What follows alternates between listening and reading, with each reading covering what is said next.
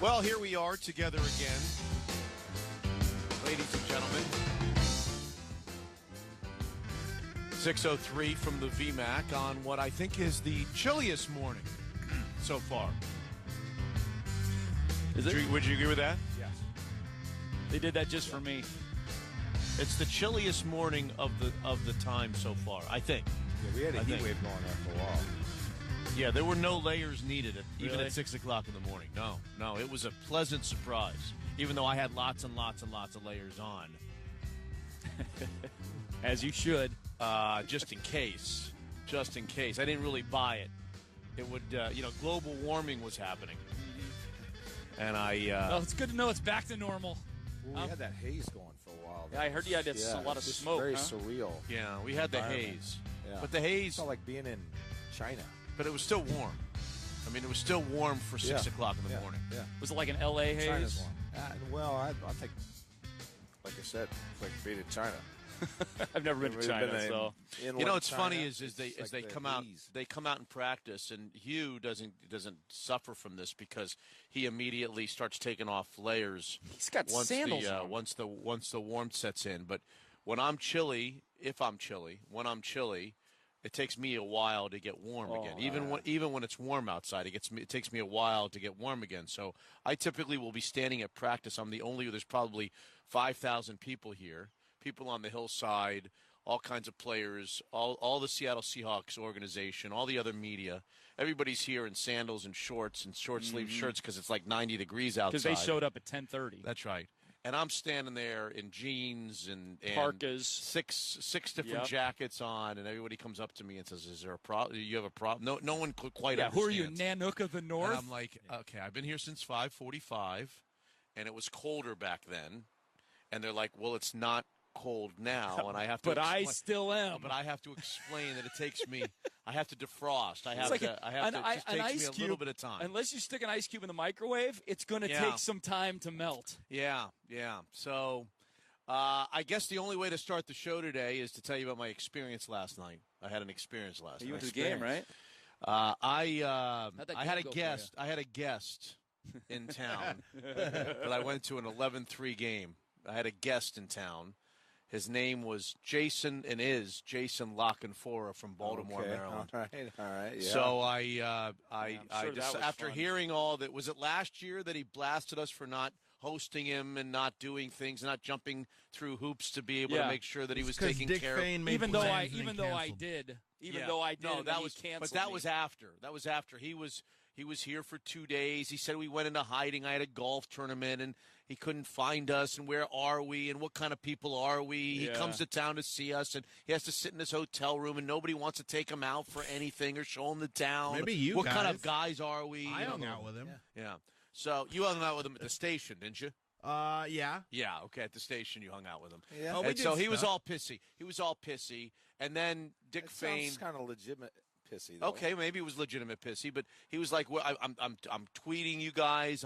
He didn't text, but he's tweeting, and I'm here. Where are you guys? How come no one's around?"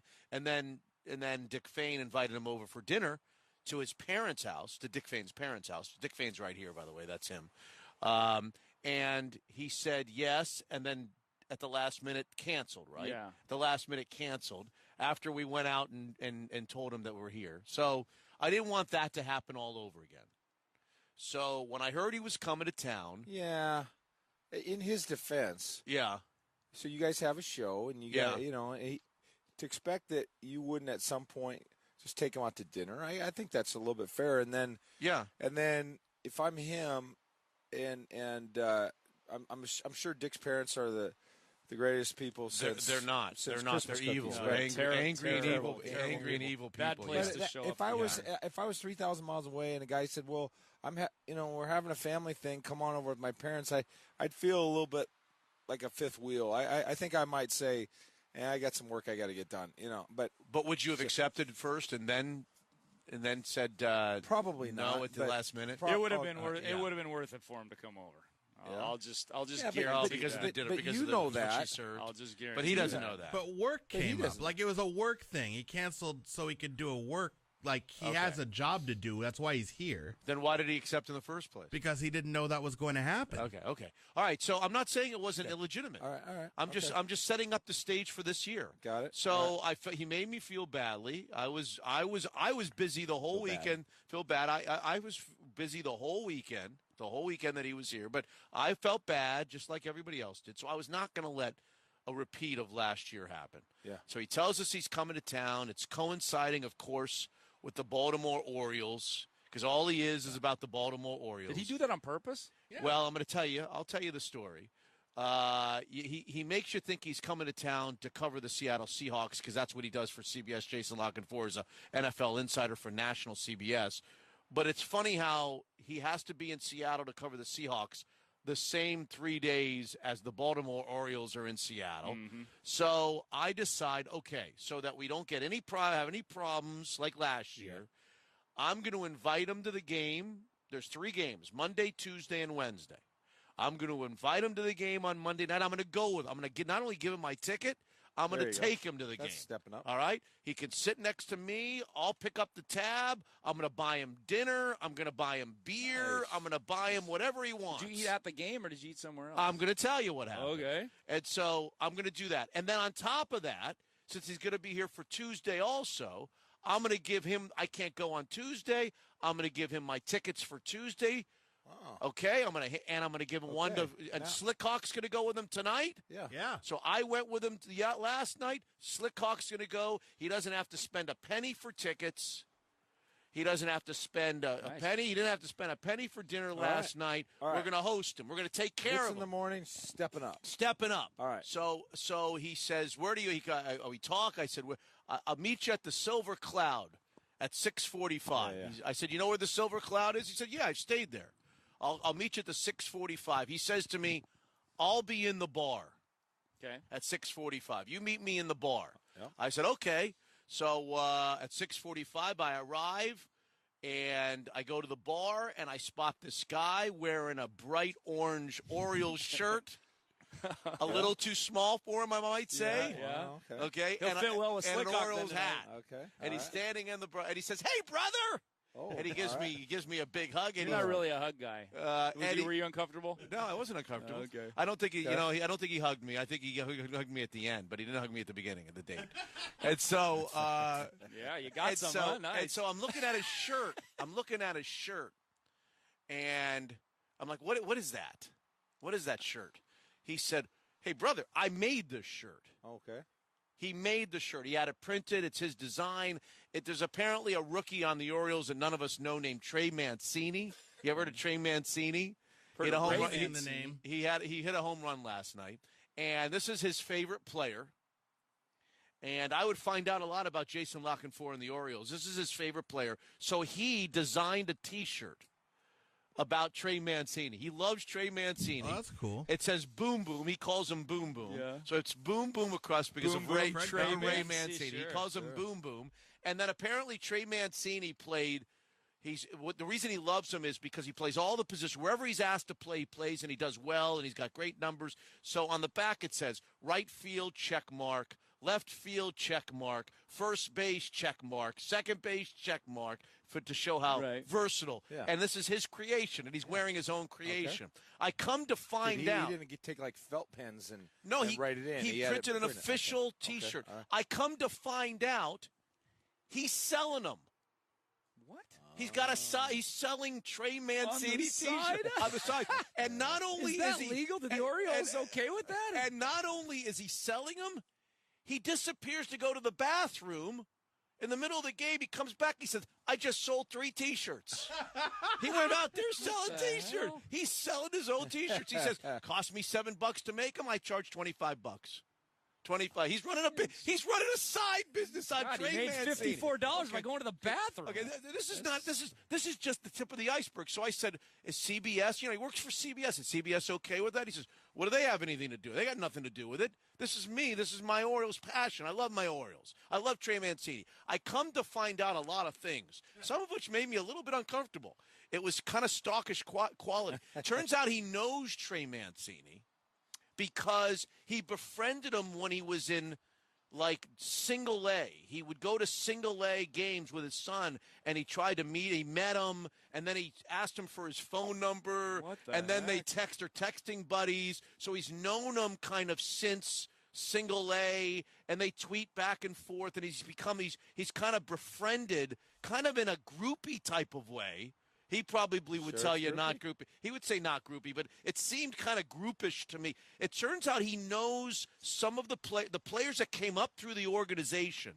That he goes to lots of minor league games. He takes his sons to minor league games, and they go introduce themselves. Hi, I'm Jason Lockenfora, and then ultimately he asks for their cell phone number. He becomes friends with these guys. So he says, Mitch, we're walking over from the Silver Cloud. I'm already befuddled over the T-shirt. Okay, he's already hit me with the T-shirt. As we're walking across the street from Jimmy's on First to the game. He says, I'm going to 5 of the 10 road games this trip. And I said, what do you mean? He says, I've already been to 3. He said, I went to Oakland to visit the Raiders when they were in Oakland. Yeah. I went to L.A. to do the Chargers when they were in Anaheim. I've already been to 3. Talking shirts. And selling shirts at each one. Now he's going with me tonight. That's 4. He's going with Slickhawk tomorrow. He's going to 5 of the 10 road games. Now, answer your question. Is it a coincidence? No. That he just happens to be in these towns? He's an Orioles group. This guy's an Orioles groupie. So he's selling T-shirts for $25 in the concourse. He's sitting in my seat. Does he have a licensing agreement with? Oh, you know what he said? You know what he said? He said, "I said, what's the deal with the Orioles?" Yeah. And Trey Mancini himself. Can you just make my? He says, "Oh, I know Trey since single A. He and I are now buds." He says, "I gave him the first 9. I brought 9 to the Anaheim game and went down during batting practice and gave him 9 extra larges for his family so that he got the first 9. No, he's cool with it. He's fine with it. He's totally fine with it. What about the Orioles? Does it have their logo on it? Yeah, I think so. That's copyright infringement. I think so. He's selling T-shirts. What about the guy's selling T-shirts on the side? I mean, he's got multiple platforms. All right, and then I figured there was a chance he was going to be one of these guys that was loud. He's sitting. I got my Mariners cap on. We're at Safeco Field. There's hardly anybody there after the 4-game disaster. There's hardly anybody there. So in my section, there's like, and I sit about 20 rows up from the field. There's like scatter people. So the guy steps up. You guys watched the game? You didn't watch the game last night. Why would you watch the game last night? I watched the game until I couldn't tolerate it. So now I'm sitting next to an Orioles. And then I turn on picture this. Paradise. I'm sitting next to an Orioles fan. It's 7:05 p.m. He's wearing his own homemade T-shirt that he's selling in the concourse at Safeco Field. I love that. He's wearing his Baltimore Orioles cap. And now, here's the capper. I haven't even given you the punchline yet. The first guy comes up, and on the first pitch, not the first at bat, the first pitch of the night from Yovani Gallardo, he hits for a home run. Boom, boom. This guy named Tim, what's his name? Beckman. Yeah, all of a sudden, Timmy can't be stopped. Timmy can't be stopped. Timmy can't be stopped. Timmy can't be stopped. You go, Tim. And we're kind of 20 rows up. And the whole stadium can hear him. Yeah, and the whole there's section's like 5 people there. Timmy can't be stopped. Timmy, as he's rounding the bases, he's screaming. God. And now listen to this. We're about 20 rows behind the Orioles dugout. I'm not 20 rows behind the Mariners dugout. Right. And Mancini steps up to get, they all get up to give him high fives as he's coming around the bases. You give him a high five, boom, boom. That's right. High five him, boom, boom. He's screaming. I'm like, holy God, what did I get myself into? This is unbelievable. He's selling T-shirts in the concourse. He's screaming over, and they score 11 runs, 6 of them in the first 2, and he's up over every guy. Every time somebody, yeah, that's right, he gets up and he's dancing and he's screaming. I couldn't believe what I was in for. He's tapping on the. What were the people around you doing? They were mostly Orioles. Oh, were they really? No, there were some Orioles fans. It was an experience. Were you busting his chops? No, I just sat there and I took it. I laughed at it. The people next to him were laughing at him, laughing with him. Yeah. And, was he hawking T-shirts in the row? No, fans? I didn't even know. Hey, you like my shirt? You want one? No, I didn't even know he was hawking T-shirts until he went up for a bathroom break. He goes up for a bathroom break, and he comes back down. He says, "Hey, I just sold 3 T-shirts. I just sold 3 T-shirts." How long was he gone on the bathroom break? 5 minutes. I don't know, 10 minutes, 5 minutes. Well, I thought you meant he was selling them like outside. He was selling them inside the stadium? In the concourse, when he would go to the bathroom. He came back with a beer. He comes back with a beer. He says, "I got myself a beer, and I sold 3 T-shirts while I was up there." Paid for the beer and more. Yeah, because he'd see Orioles fans, and Orioles fans said, "Hey, what's that shirt?" And he said, "Oh, this is a shirt. You want to? Give me your information. I'll take care of you." That is definitely against Safeco policy. He's selling T-shirts up there. There is no way that's legal. So it's just the whole feel. While he was yelling to the assistant coaches and to the people standing up on the seats, yelling to them, and just the whole feel felt a lot like he's one of these guys that goes concert to concert with a Grateful Dead. He's a Grateful Dead. He's a total groupie. He's a total Orioles groupie. And that's my story of last night. And I'm sticking to it. That's pretty funny. And you're going to sit down with him today at 9 a.m. He's going to give you a different version of the story, I'm sure. Yeah, well, I want to hear his version. But the Kostakos brothers posters? Yeah, the posters, yeah. Those guys are from the UW, and they, they just started. Is that the George Gervin Iceman routine? Yeah, Iceman. Yeah, they had the Boz, all those they were ones. they had a whole. They had the of the 50 most famous athletes in the 3 major sports. Yeah. He probably did posters with 40 of them. Mm-hmm. Just a college kid from the UW. Yeah. Look, Jason Lockenfor is a hell of a nice guy. Yeah. I mean, there's no mean. I don't want to present it as if there's mean-spirited or he's angry or he's rubbing it in. I don't think he was. I don't think he was rubbing it in that they were scoring over and over and over again. But he is very passionate about his. I mean, we know that. Yeah. But you gotta experience it with him in the Orioles cap and his own homemade T-shirt. Slickhawk's turn tonight. Yep, Slickhawk. He's going to sell some T-shirts while he hopefully he's going to sell some T-shirts. That's quite a markup, $7 to $25.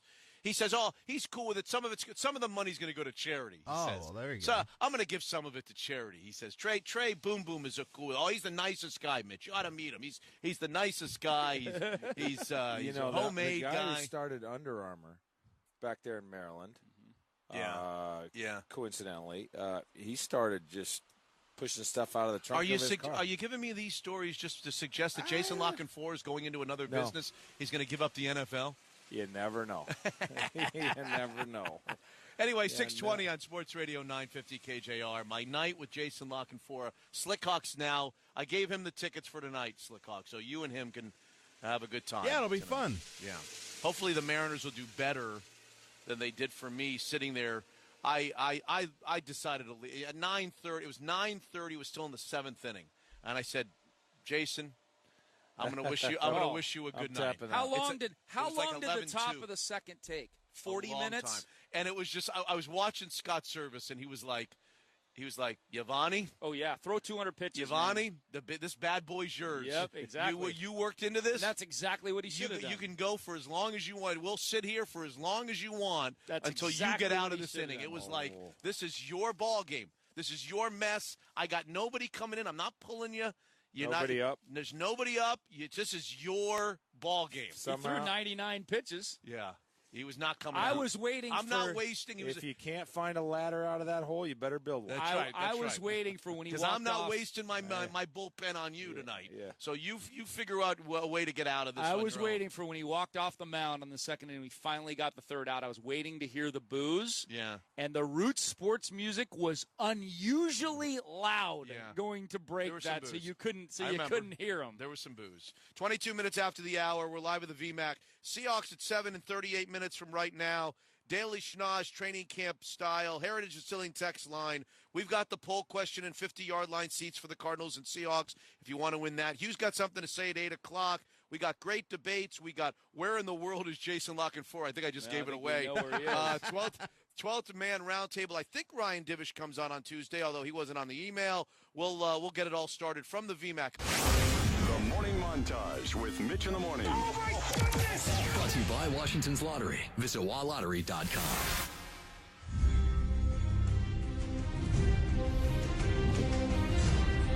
All right, from the Virginia Mason Athletic Center, it's the Mitch of the Morning Show. Dick Fain is here. Hugh Breedlove Millen is here. Hugh's got something to say at 8 o'clock. We are 31 minutes away from the Seahawks at 7 with Greg Bell. Latest on the Paul Richardson injury and what it means for the other wide receivers. Does all of a sudden a spot open up for a wide receiver who wouldn't have normally made the final roster? Will a wide receiver make the final roster who would have been maybe on the practice squad beforehand? Paul Richardson's AC joint will be discussed and updated on the Seahawks at 7. Daily Schnoz at 7:30. The poll question of the morning on the Heritage Distilling text line. Hugh's got something to say at 8 o'clock. The 50-yard line seats for the Cards-Hawks games if you participate on the poll. Great debates. Ryan Divish, where in the world is Jason Locken for? And 12th man round table. Okay. From the morning, from the Carter Volkswagen studio, here's the way it sounded last night on Root Sports. Throttled high out to right field. Seth Smith coming back to Safeco. Off the windows. And that's enough. That's it, huh? That's enough. Okay, M's get blasted 11-3, courtesy of Root Sports. Jared Goff on his new wide receiver target, Sammy Watkins. Is Sammy Watkins your new best friend? Oh yeah, Sammy's. I'm excited to get to work with him. I mean, he's just got here a couple days ago or yesterday, I guess, and I'm excited to see what he can do. Cameron Wake on Jay Cutler. When I'm talking about Tannehill and Cutler, to say I know that he knows that there's expectations on him to fill the shoes that Ryan had, the big shoes. He led this team to get into the playoffs last year. We wouldn't expect anything less from whoever is in that next spot coming in when we start off the season. Part of the Sammy Watkins trade, the Bills received wide receiver Jordan Matthews from the Eagles, and according to GM Brandon Beane, he's already hurt. He hurt it very early in practice. He actually went up on a contested ball diving and fell on it probably in the first 15 minutes of practice. And he played through it, but I talked to him last night after he got back from the doctors, and he said something wasn't right. He knew something was up. What kind of injury is it, Slickhawk? Oh, injured it. He keeps saying injured it. It doesn't say on my sheet what it is. I can look it up. David Shaw says that athletes getting an education is a good thing. I would hate for the argument to be, hey, you know what, we need to just have guys go to football and not go to school. Well, then what message are we sending? Because so many of these guys that play college sports, young men and women, they're not going to do it professionally. They need that college degree to move on and be successful in life. Ooh, Matthews suffered a chip fracture in his sternum.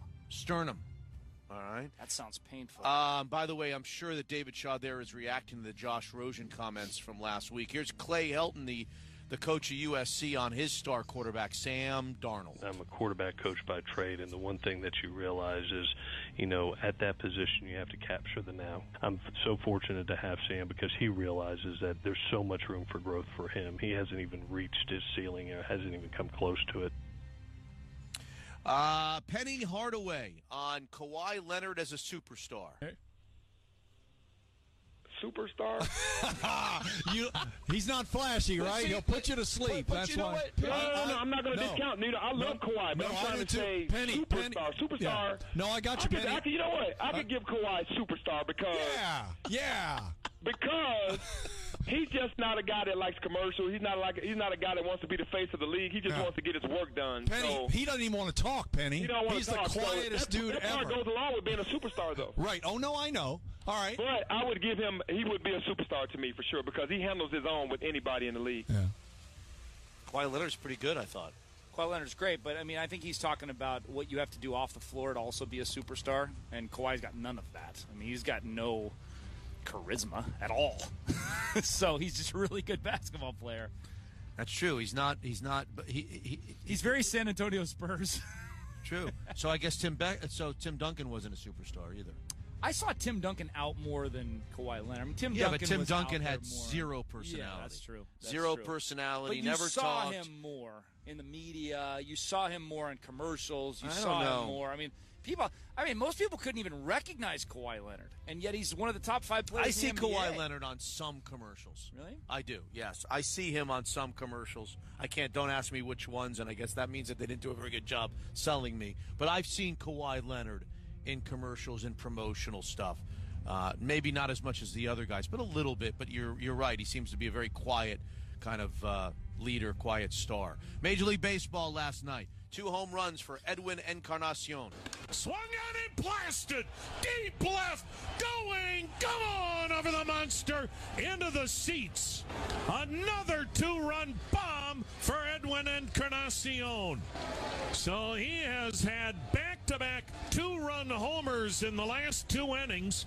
And it's now 7-3 Indians. Rockies pitcher Chad Bettis is the feel-good story of the evening in sports, returning from cancer, 7 scoreless innings. This is interesting. They're going to pitch to Swanson, and it's going to work out. Charlie putting his glove out, makes the catch.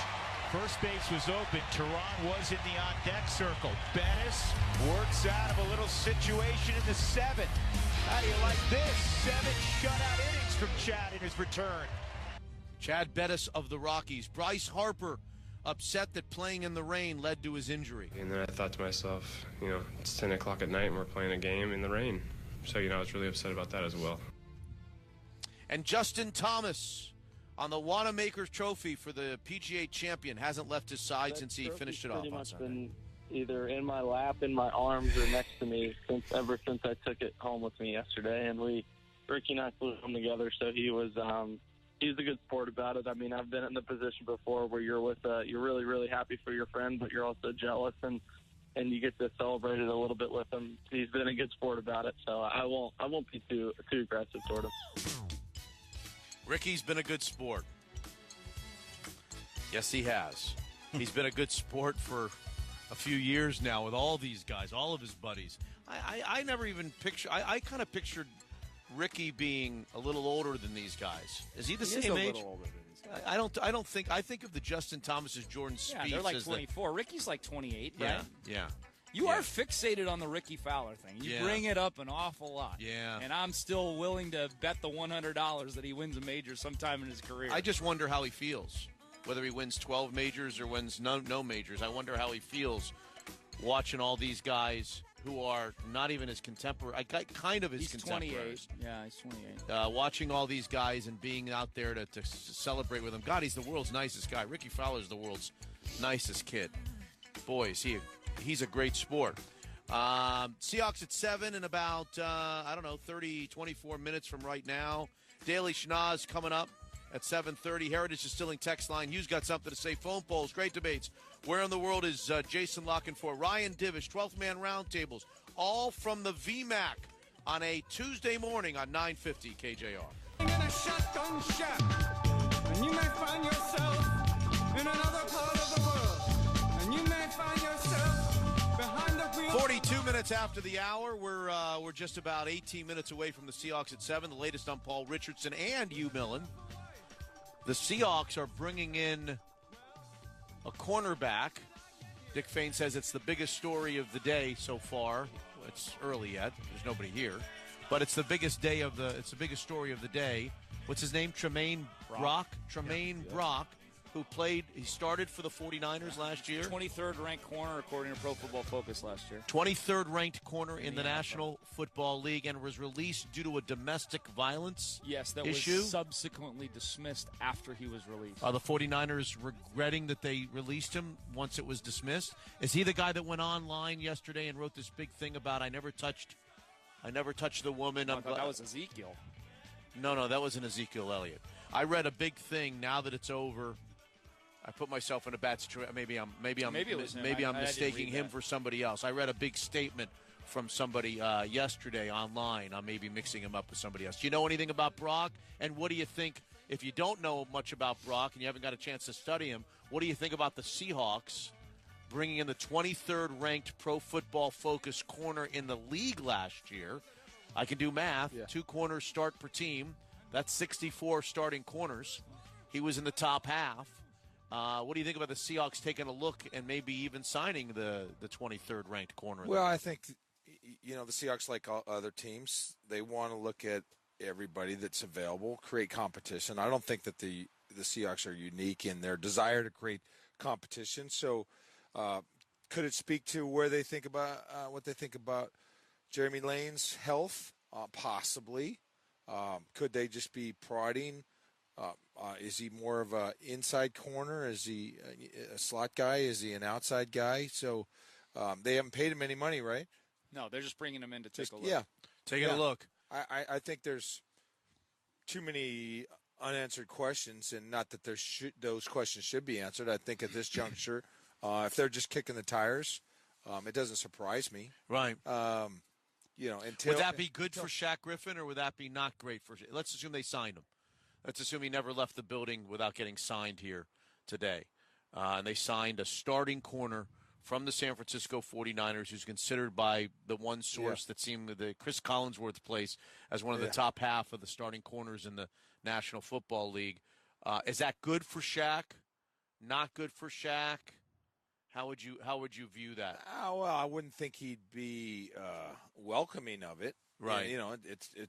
But it could be good for Shaq from a Seahawks perspective if you get the very best out of Shaq by creating some competition if Shaq doesn't think there is any there. I mean, in general, whether this applies to this situation or not, but I can say in general, if you think that there's a veteran who has a ceiling on, and you think that there's a young guy who has a higher ceiling, you've got to create the environment for that young guy to thrive and surpass the level of the veteran, so long as you're not just getting hammered, that the growing process that like, for example, in that situation, if you said, well, we think that Shaq Griffin has a higher ceiling, right, that maybe for September that a veteran would play better. There's some clubs, and certainly Pete Carroll's a guy that's willing to take chances with guys. I mean, none more obvious than the George Fant situation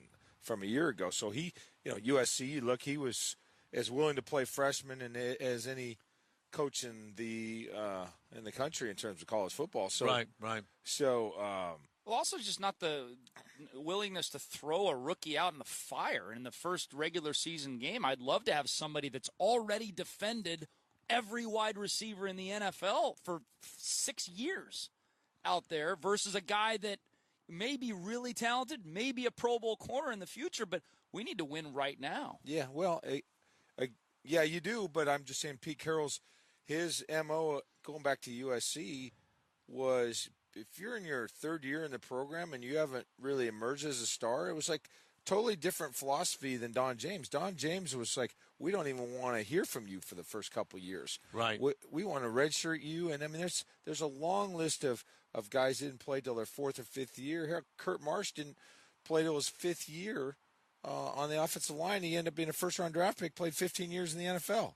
His fourth year at the Huskies, he's sitting there, drinking Gatorade on the sideline. So Pete Carroll at SC was the opposite. It's like he wanted to have those young stars. He wanted to have emerging guys that were at the very pinnacle of their position.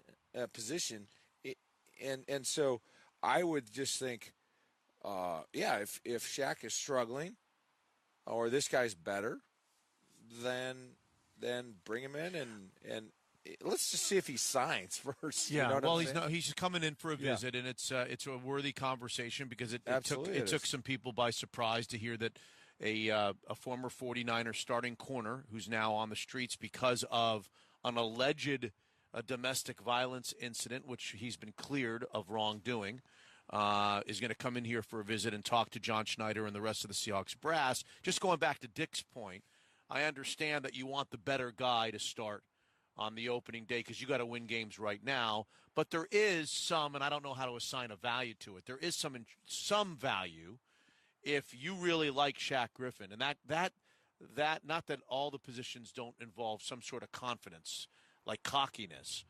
The cornerback position, I like my guys being really, really confident. I like my corners thinking that they're the greatest thing since sliced bread. There is something to the whole, Shaq, we think you're great.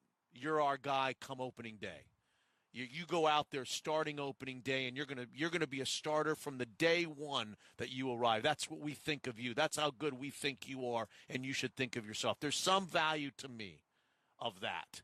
Even if he is, let's say, slightly behind some other veteran corner in terms of productivity going into that opening day. If Dick could make the argument, well, this corner, whoever that is, Jeremy Lane or Tremaine or some other guy, is slightly better, gives you a slightly better chance of winning on opening day, I'll take the difference. I'll accept the consequences by being able to say to my rookie third-round pick, you're my guy from day one, because I think in the long run, there's something about that I like. Does that make sense? Well, of course it makes sense.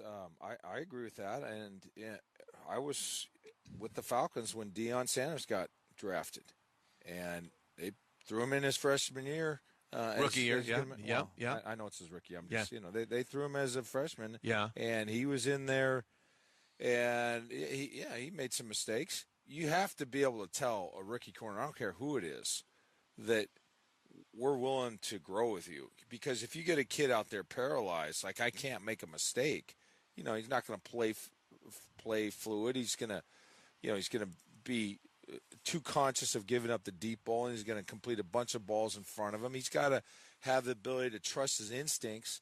It's a reactive position. Wide receivers, they go out there and they got a plan, and they're going to get to a certain spot, and they have issues, release at the line of scrimmage if they get jammed and what have you. But cornerback is all reactive, so you don't have time to process much. You just got to go by instincts, and there's some obviously some technique, but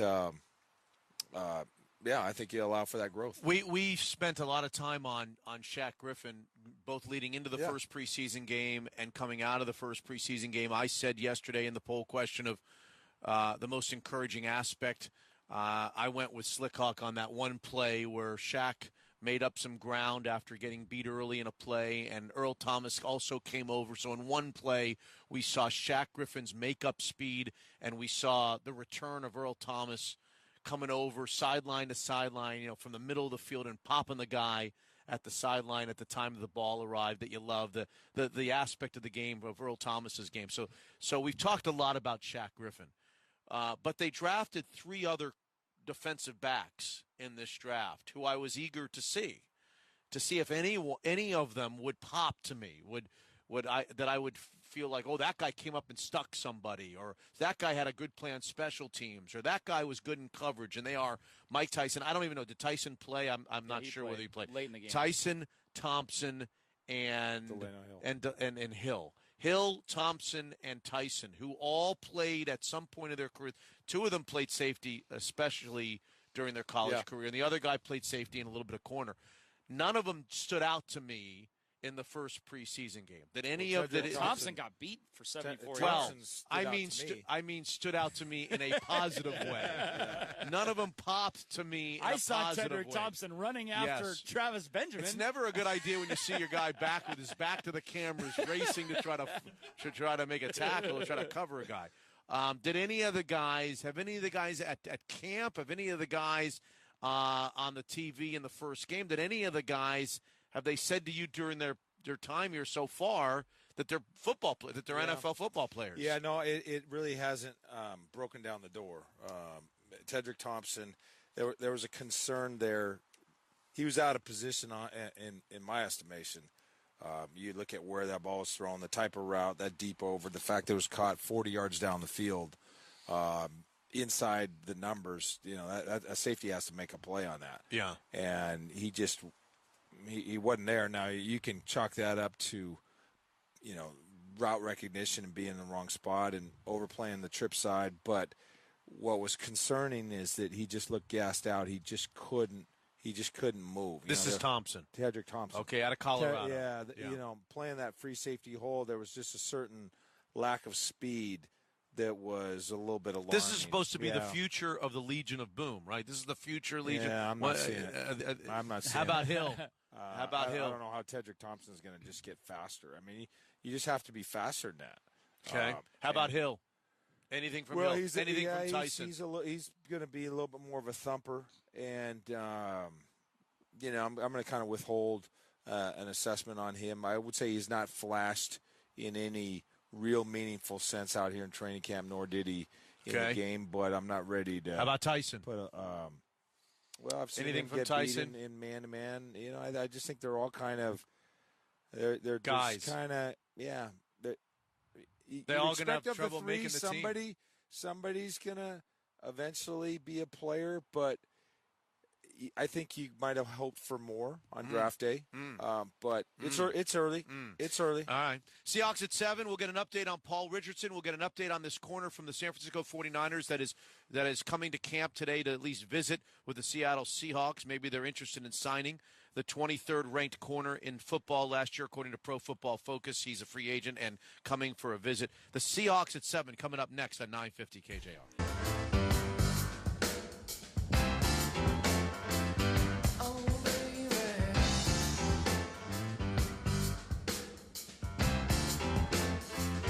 About to embark on the Seahawks at 7 here on 950 KJR. Greg Bell will be with us as he is each and every day at about this time with the Seahawks at 7. We'll give you the news of the morning. It's not good as it pertains to the Seattle Mariners. Slip sliding away, it seems, in the wild card race, although they still are only 2.5 games back. The standings scream that they're still very much in it with lots and lots and lots of games to play. But after losing the 4 in a row to the Angels, they came out and really laid an egg last night. They were beaten from the opening gun by the Baltimore Orioles, who now leapfrog them.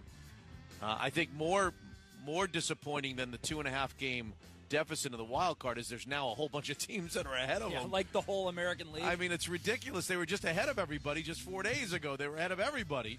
And now they're behind everybody. They lost yesterday. What was the final? 11-2? I think it was 11-3. 11-3 as the Orioles came in. I don't know. Somebody stole my paper. Yeah, here it is. 11-3. There you go.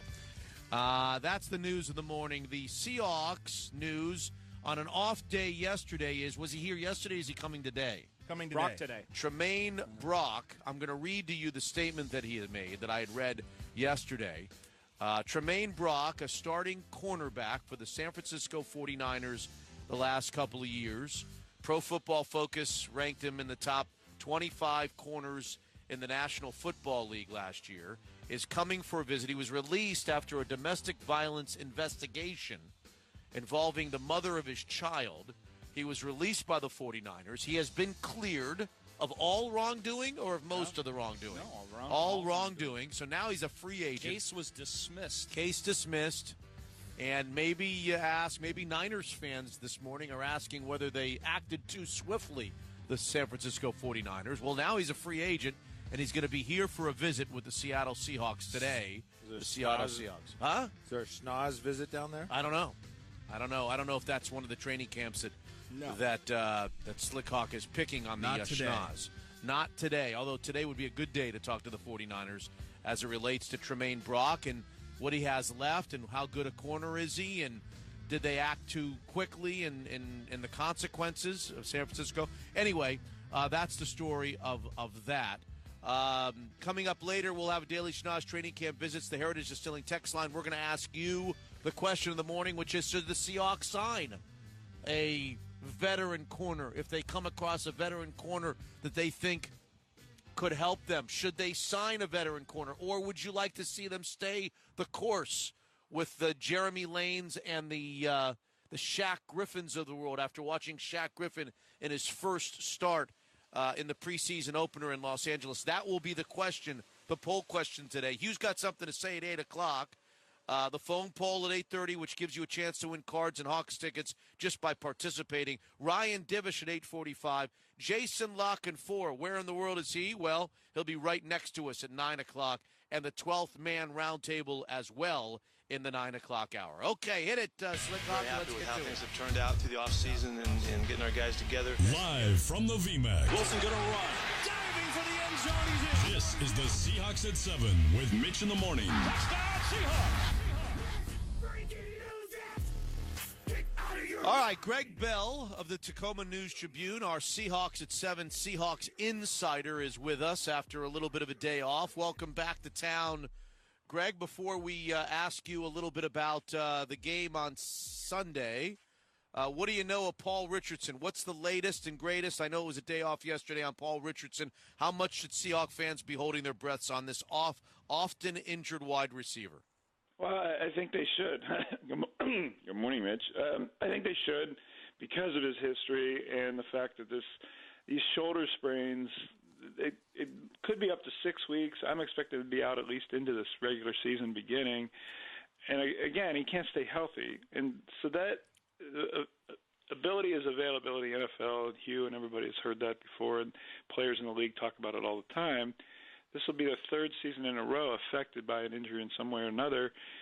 And just when it looks like he's about to break out and have a role in this offense, I mean, he started Sunday, and that was because Lockett did not and Baldwin wasn't there. But he started at the end of last year. He was making catches in the playoffs, and when Lockett was gone, it looked like he was about to finally assert himself in the offense because he was finally available, and now he's not available again.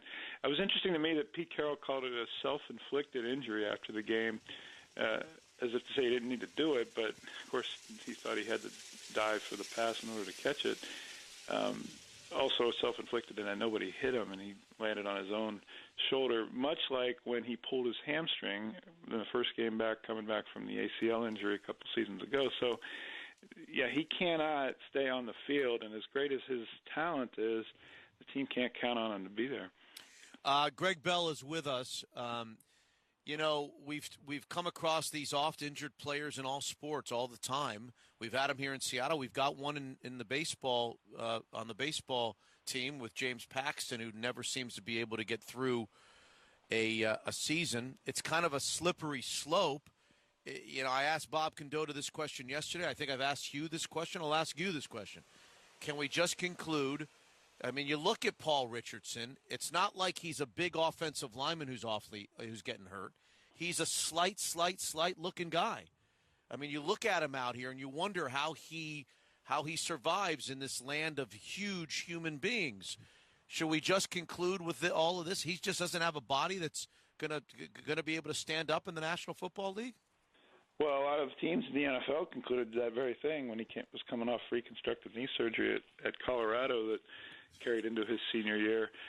His speed is what gets him away from all that, of course. I mean, he had blazing, almost track world-class type speed, which is why the Seahawks got him in the first place. They don't want to necessarily conclude that yet because he's still under his rookie contract, so it's not like it's killing him financially to keep him. But in the NFL, unlike in baseball, of course, because they're on guaranteed contracts over multiple years, you don't have to hold on to guys that are injury-prone. I mean, James Paxton in the NFL, after 2 or 3 or 4 injury seasons, you can cut him. But in baseball, it's not. I know there's different arbitration years for Paxton and those kind of things. But point being, you don't have to carry injured players under your roster and under the salary cap. You can eventually cut him, but he's still on his rookie contract, so that's why they've stayed the course with him. There's no reason to give up on him yet. Right. But that rookie contract ends after this year. So, right. And that's when those are the decisions that are made that, okay, we can't keep a guy or give him a free agent contract who has only been on the field for parts of the 4 years that his rookie contract was. Greg Bell is with us, Seahawks insider, Tacoma News Tribune at 7 o'clock, Seahawks at 7 each and every morning. He'll be out here at the training camp and be with us in the 12th Man roundtable late in the 9 o'clock hour. I'm going to be honest, when I saw Paul Richardson get hurt on Sunday, and I saw him, that there was a visual on the TV picture of him walking into up the ramp or whatever, up the ramp and with a trainer or what have you, somebody on the medical staff. My first thought, or one of my first thoughts, was maybe this is a blessing in disguise, because all I've heard during the offseason and during the start of training camp is Paul Richardson. They're going to be able to count on Paul. He's going to be a wide receiver, a factor in their wide receiving crew. And I started thinking on Sunday, you know what? I didn't believe he could physically get through a season, so maybe it's best that he get hurt in the first preseason game so that they don't have the plans. They don't make a lot of plans with him and then get to the regular season opener, have him get hurt in the regular season opener, and then maybe it's better that they know now, Greg, what they have in Paul Richardson and his availability or lack thereof in the next 4 or 5 weeks. Well, we're not talking, at least as far as I know about it yet, a season-ending injury or something, even the majority of the season. But if there's one position on the team that can afford an injury, it's wide receiver right now. They are so loaded; they have too many. And with the way Case and Williams played the other night, you talk about taking advantage of an opportunity that was pounding at his door. As soon as Richardson goes down, Williams has as many catches in one game as he had in the 2 preseasons combined before this one. Then you have David Moore. Then you have Amari Darbo that you drafted in the 3rd round, and you're trying to make Cyril Grayson, the track guy, into the wide receiver, who I thought looked great in his limited chances on Sunday night. So it's not a crippling loss, although you love his speed, of course. And Russell Wilson does tend to throw an inordinate amount of time to Richardson for the limited time he's been on the field in the last 3 years. Right. I wouldn't write him off yet, I guess is what I'm saying. Sprained shoulder doesn't necessarily mean he's completely done. I don't think Seahawks have written him off either. Well, I'm not saying write him off. I'm just saying know what you have and perhaps take a harder, longer look at one of the other wide receivers who may not have made the team. Right, or may have been on the practice squad. Yes, as a result of Paul Richardson, now you may have an extra spot, and you may evaluate those other guys. And that's exactly what's going to happen, and that's why Case and Williams' jump on Sunday was so timely. Here's the statement. I would like to formally apologize to my family and children for the verbal altercation that brought about this situation. This is Tremaine Brock. These past 5 months have been a time to reevaluate and grow as a person. I had hoped to keep family matters private, but at this time I have to get the facts out. I have never put my hands on the mother of my children, as what has been publicly reported. The information in the police report is untrue. I stayed in an unhealthy relationship for the sake of my children, which was not in my best interest. As the case I was involved in has been dismissed, I am eager to move forward and focus on sharing custody of my 2 children and ensuring a stable environment for them. Lastly, I look forward to continuing my football career in the near future. Sincerely, Tremaine Brock, who was cleared of a domestic violence incident with the mother of his children. He was the starting corner, or a starting corner, for the San Francisco 49ers. Dick just told me that Pro Football Focus ranked him as one of the top 25 starting corners in the league.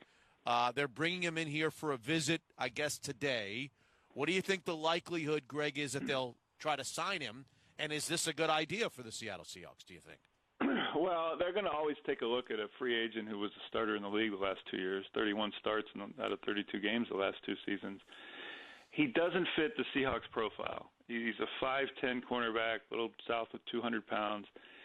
I still think there's a part of John Schneider and Pete Carroll that is spooked by bringing veteran cornerbacks in after 6-7 seasons. He's had 7 years in the league. And to teach them the step kick technique and the exact way they want to play, they're going to have at least flashbacks to Kerry Williams and the start of that. We all know how that worked out. Mm-hmm. And that's why they drafted Shaq Griffin in the 3rd round. And I don't think Griffin did anything to hurt his cause to be the starting right corner on Sunday. I mean, Antonio Gates cut in front of him for a touchdown that Pete Carroll said Griffin should have played differently and better. But how many guys in the league, veterans, have been burned by Antonio Gates and Phillip Rivers? Of course they're going to look at him. And the Seahawks are not going to hold it against a guy who's been cleared of charges and think that's an issue of bringing a guy in to look at him. The 49ers have a long history with the Santa Clara Police Department and the Santa Clara District Attorney and players, both good and bad. This is another case of that. If he was cleared of something that police was reporting the opposite of. But I think they're going to be very cautious and they won't just jump into this. The always compete mantra, which we talked about, is alive and well on the Seahawks in every position but quarterback, it seems, is a cornerback position, and the guy who has started 2 seasons is such a valuable commodity in this league. Quarterback and cornerback are the 2 most important positions in the league. And when you have an opening on the right side, you're going to look at a guy who's a 7-year veteran who started the last 2 years. Well, I could say this, that they may look at him and be reluctant to sign a guy for all the reasons that you point out, but you never mentioned in your answer Jeremy Lane and his health and his productivity. Here's another guy like Paul Richardson who's been very, very challenged to stay on the field. And he wasn't very good. And I think some people have said that about last year's performance of Jeremy Lane. So my question is if Jeremy Lane isn't, who is the nickel corner? Who's the guy?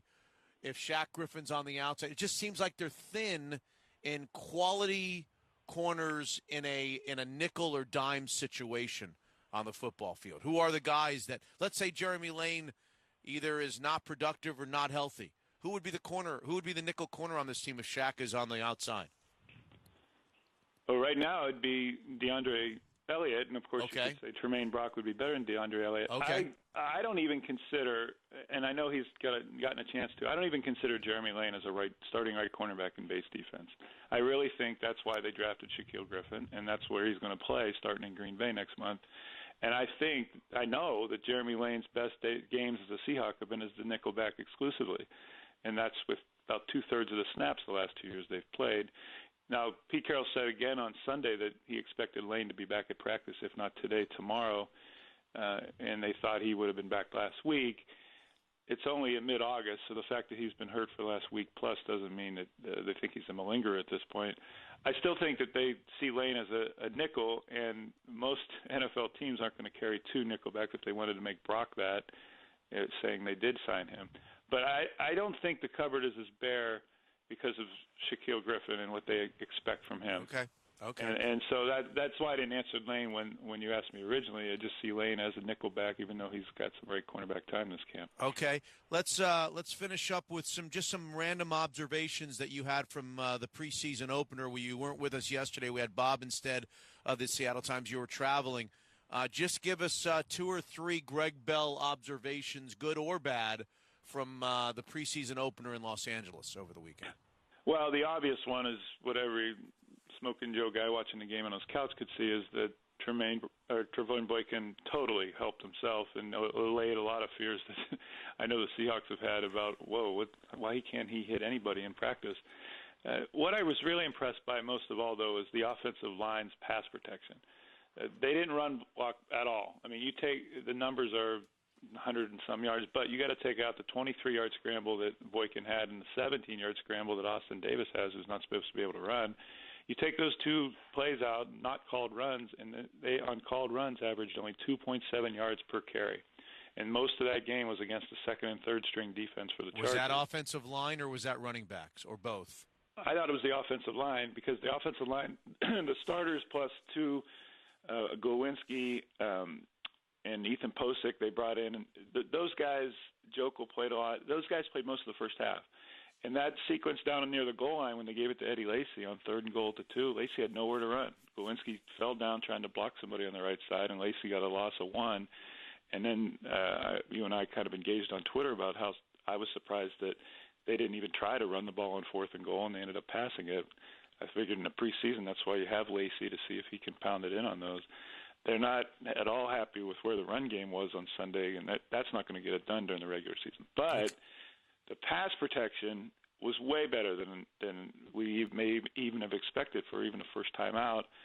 And quarterbacks had time to look at 2 and 3 reads, and that's what Boykin was doing. And that's what I thought was the most impressive thing beyond the numbers is that he was taking his time and being patient. Those scrambles he did were not because they were the usual Seahawk quarterback about to get killed scrambles, but that there was no one open, and he looked a while and then took off. That I thought was the most encouraging sign for the offense of the whole night. Okay. Greg Bell, Tacoma News Tribune, good stuff. As always, Seahawks Insider joins us with the Seahawks at 7 each and every morning on 950 KJR. We'll see you at 9:30 for the 12th Man Roundtable. Thanks very much, Greg. Yes, sir. Thank you. Appreciate it very much.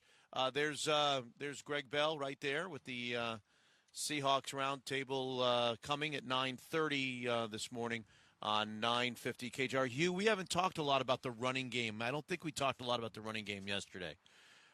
He brings up the point that you take away the scrambles by the quarterbacks, and the running backs and the running game averaged 2-point-something yards per carry. That's certainly not what in this season where we're going to go back to what we used to know, which is we're going to run the ball, we're going to pound the ball with our running backs. That's not a great start for the preseason game number 1. No, it wasn't a great start, and certainly it'll be a point of emphasis moving forward over the next few games. But there was a couple of those where you're down by the 1-yard line and you get really devastating blocking, and you plunge into the end zone and you get 4, 1 yard. 5, 6, 7 yards, and you had great blocking, but you only get 1 yard. You get 1 that's yard, how it shows up on the stat sheet. But the numbers are there.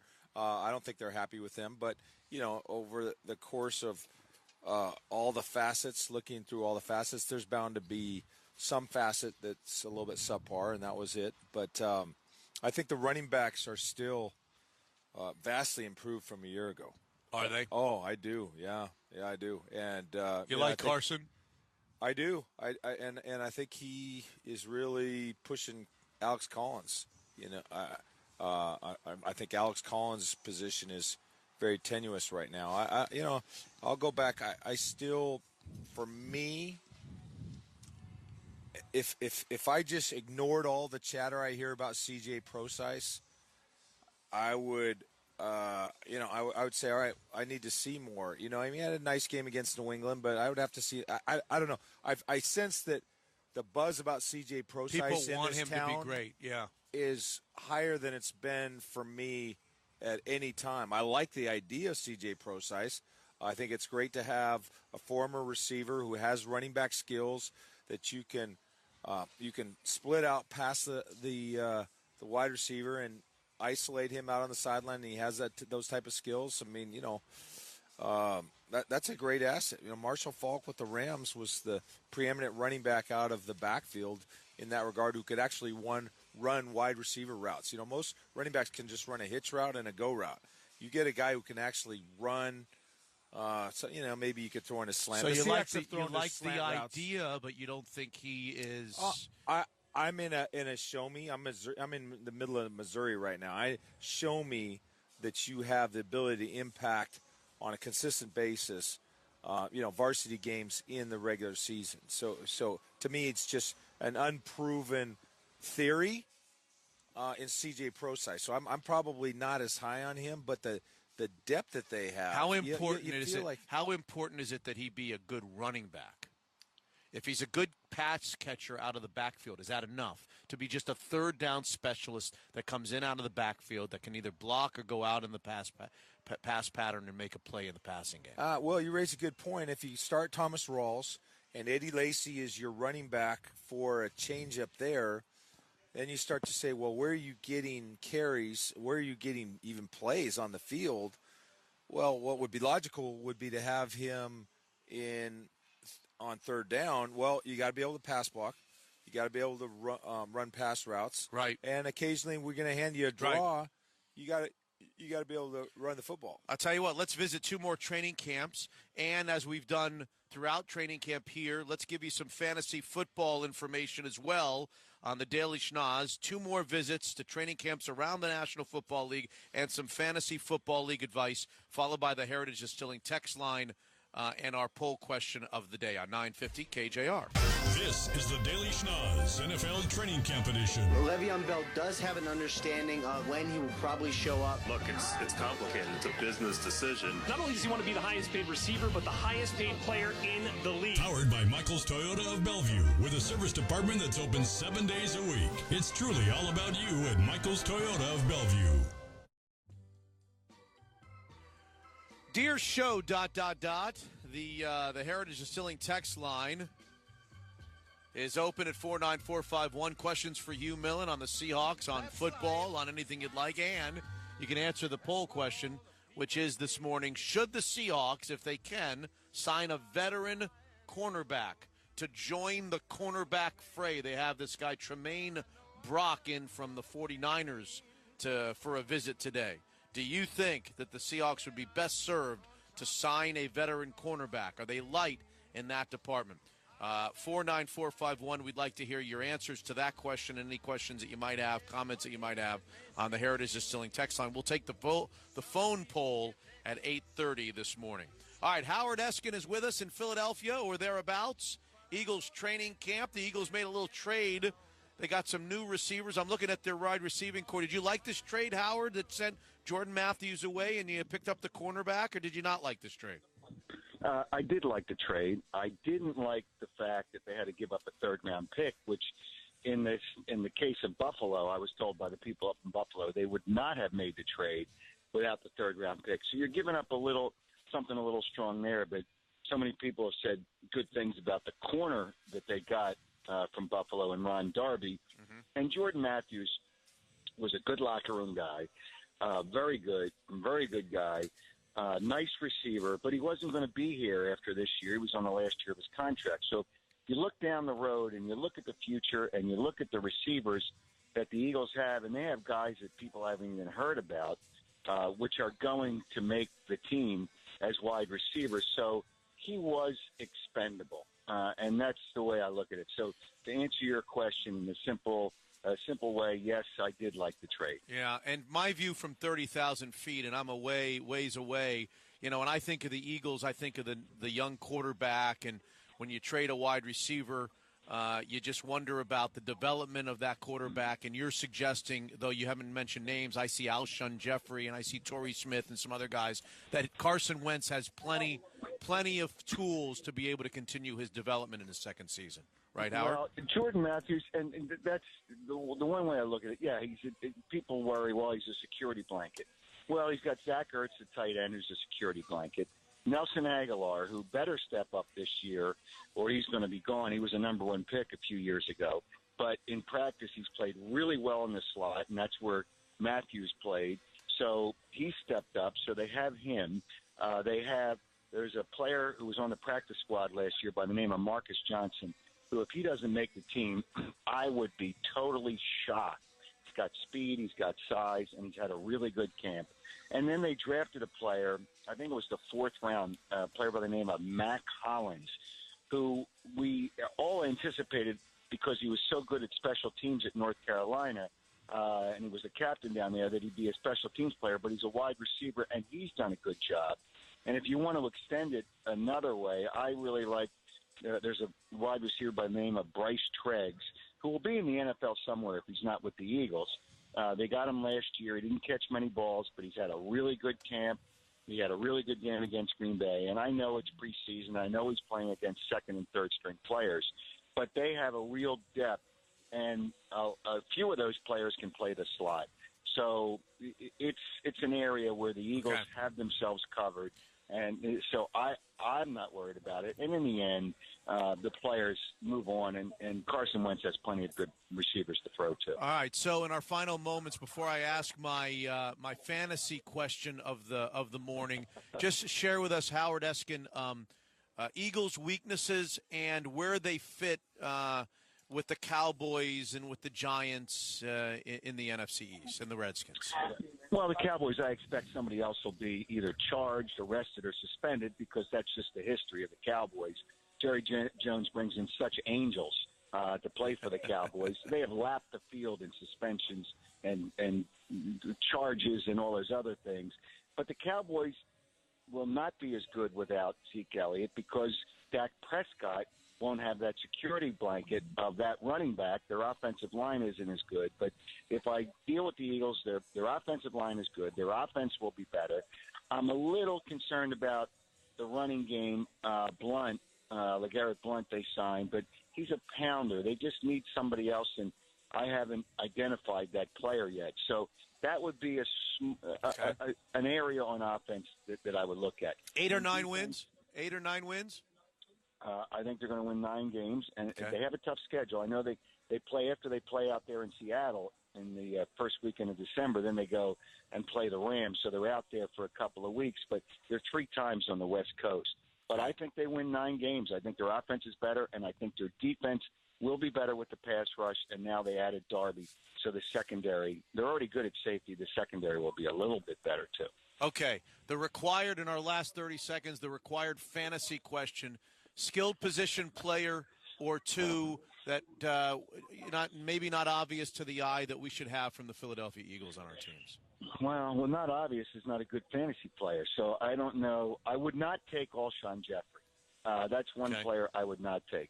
Okay. I would probably, if you're looking at tight end, I would take Zach Ertz. Wide receiver, a sleeper could be Nelson Aguilar. He could be a sleeper because he's got the speed. So that's where, and that's what you're looking for here. I mean, it's easy to take Carson Wentz, but the players, I told you who I wouldn't take, and I told you who I would probably take, but not a running back from the Eagles. Okay. Howard Eskin, longtime WIP personality. Thank you, Howard. Appreciate it very much. Okay. You guys in have a Philadelphia. great day. In Philadelphia with the Eagles at training camp. Story number 1 on the Daily Schnoz. We go to another training camp next in 30 seconds and get you some more fantasy football information.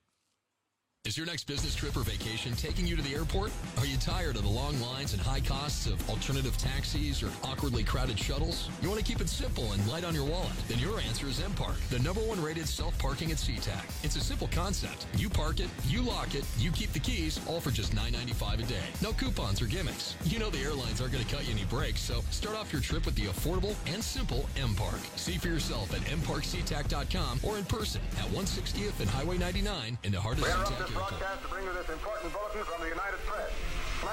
The Daily Schnoz.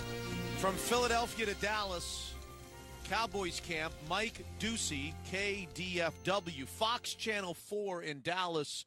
I'm certain that still the #1 storyline around the Cowboys is the Ezekiel Elliott suspension of 6 games. He's taken a look at appeals. What do you think? Will that be reduced? Will it end up being 3 or 4, or is it going to remain at 6? What's the consensus in Dallas, Mike? You know, I could see it being reduced to 4. I think there's a precedent for that. If you look at the Ben Roethlisberger case from several years ago, a lot of it, I think, depends on the tone that Zeke takes and that his legal team takes during this appeal. I mean, Roger Goodell is judge and jury here. He was upset with some of the things Elliott did as this investigation was going on. And so I think whether it's reduced or not, in large part, is still up to Zeke Elliott.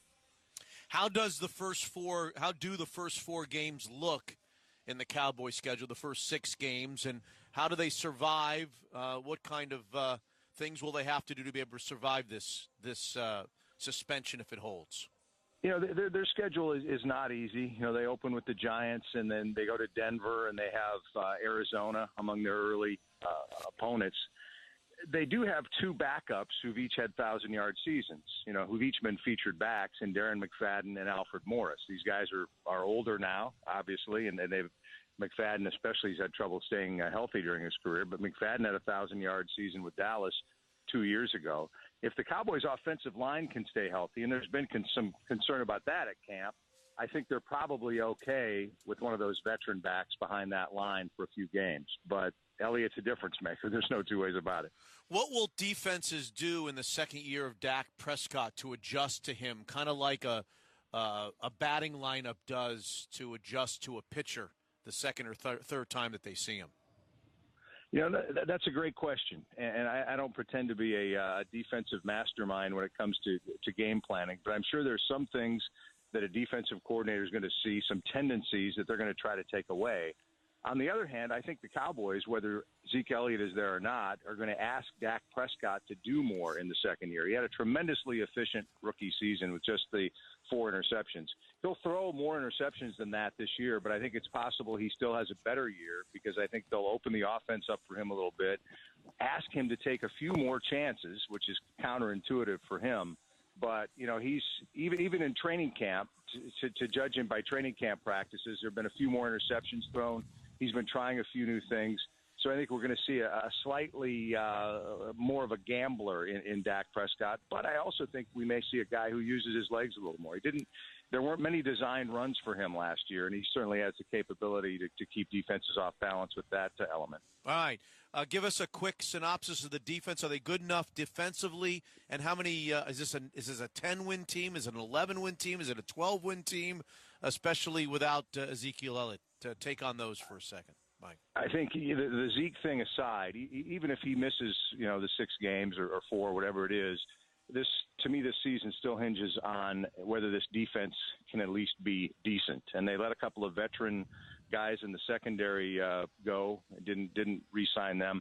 So they're really young in the secondary. They need guys to step up right away, and they need their #1 pick, Taco Charlton, the pass rusher from Michigan, to be an impact player in his first year. If that happens, I think with Rod Marinelli running that defense, they'll be okay, and this has a chance to be a 10-11 win team.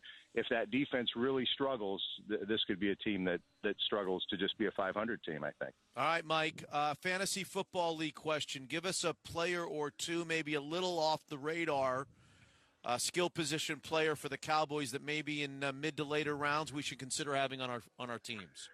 And maybe this guy isn't a dark horse anymore, but Cole Beasley, the little slot receiver for them, catches a lot of balls, and he's going to be a pretty consistent producer in fantasy football. And then the Cowboys drafted kind of a Beasley clone. This would be really late in your draft. A guy named Ryan Switzer was their 4th-round pick as a receiver. I mean, he's going to see the field. He's had some injury trouble in camp, but he's going to see plenty of time and might be a guy who could help you late. All right, Mike, thank you. Mike Ducey in Dallas on the Dallas Cowboys and the Ezekiel Elliott suspension and the appeals process and whether he'll have it reduced from 6 to 3 or 4. We'll kind of wait on all of that. Your Daily Schnoz in Dallas. Well, that's the news. I'm out of here. The Daily Schnoz, brought to you by Michael's Toyota of Bellevue on Sports Radio 950, KJR.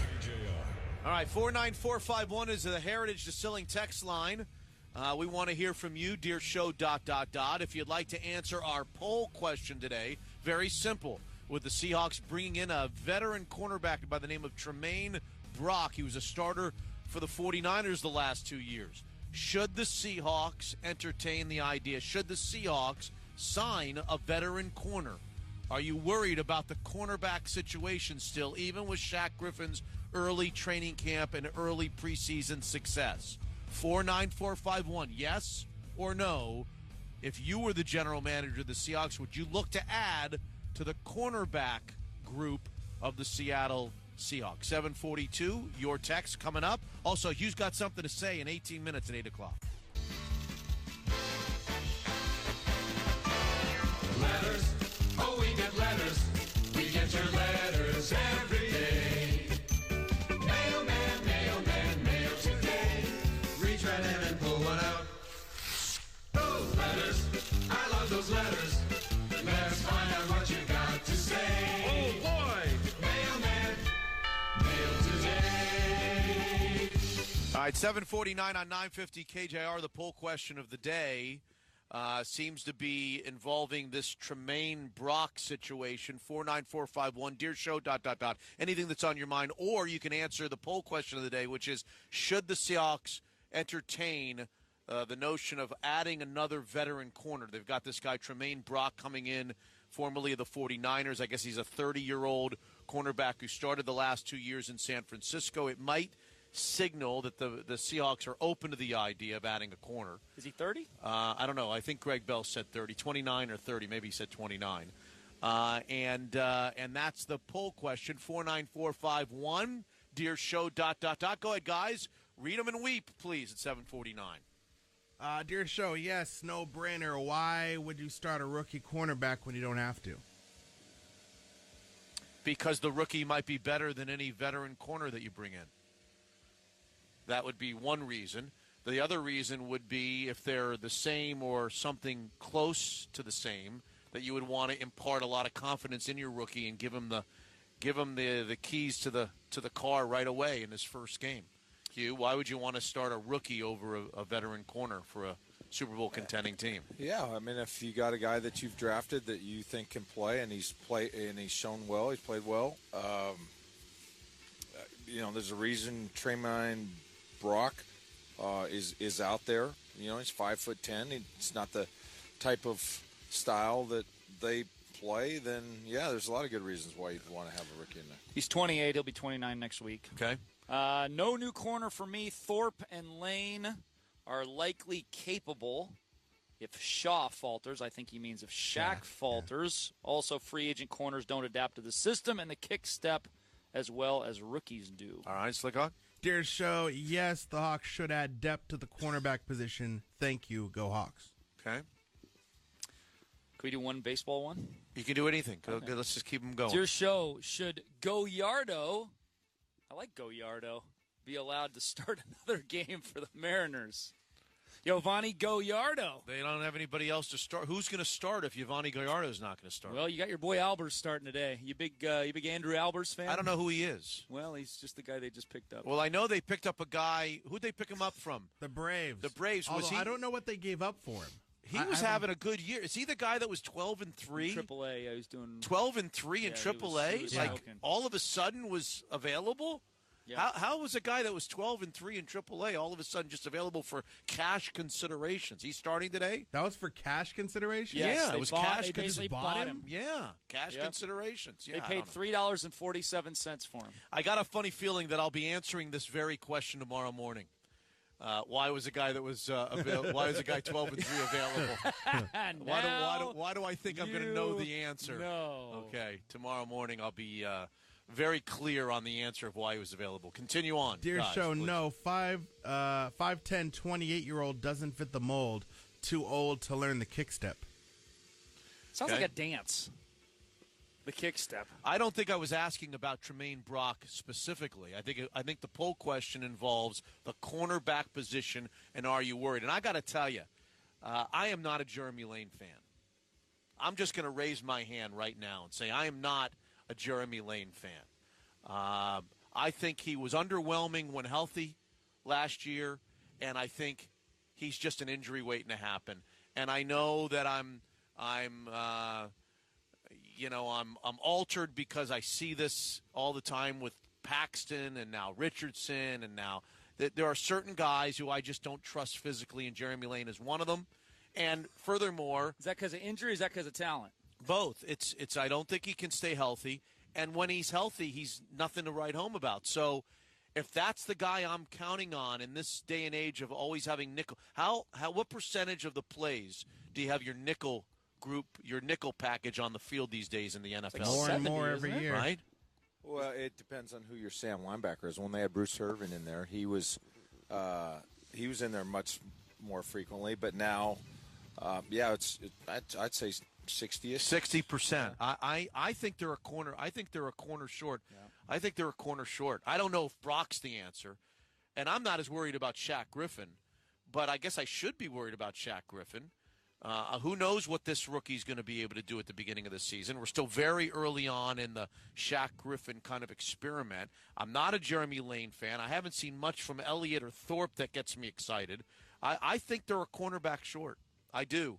And whether it's Brock or somebody else, I think that they are on thin ice. One injury to either a Richard Sherman or a Shaq Griffin or a Jeremy Lane. Richard Sherman goes down. I think they're one injury away from a fairly panicked situation at cornerback. I think that whether it's this guy or somebody else, they ought to go sign themselves a veteran cornerback. Well, I'm a yes in this poll. It's frustrating when you have a guy who's so good on the left side, and in this style of defense that they play with a single safety where they want to have Cam Chancellor down in run support, you're going to have a guy on an island. He's not going to have safety help.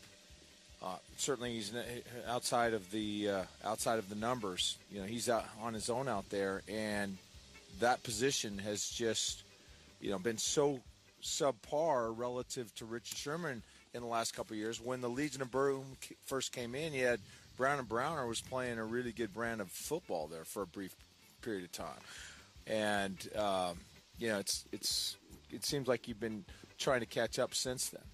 We'll ask the question on the poll, on the phone poll part of the show at 8:30 this morning. Hugh's got something to say next at 8 o'clock on 950 KJR.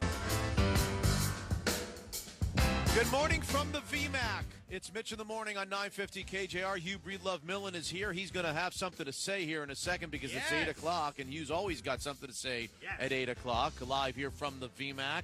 We'll hear what's on Hugh's mind. None of us know what he's going to talk about. Dick Fain is here. Slickhawk is back in the studio. Let me give you the update, and it's not a good one for the Seattle Mariners.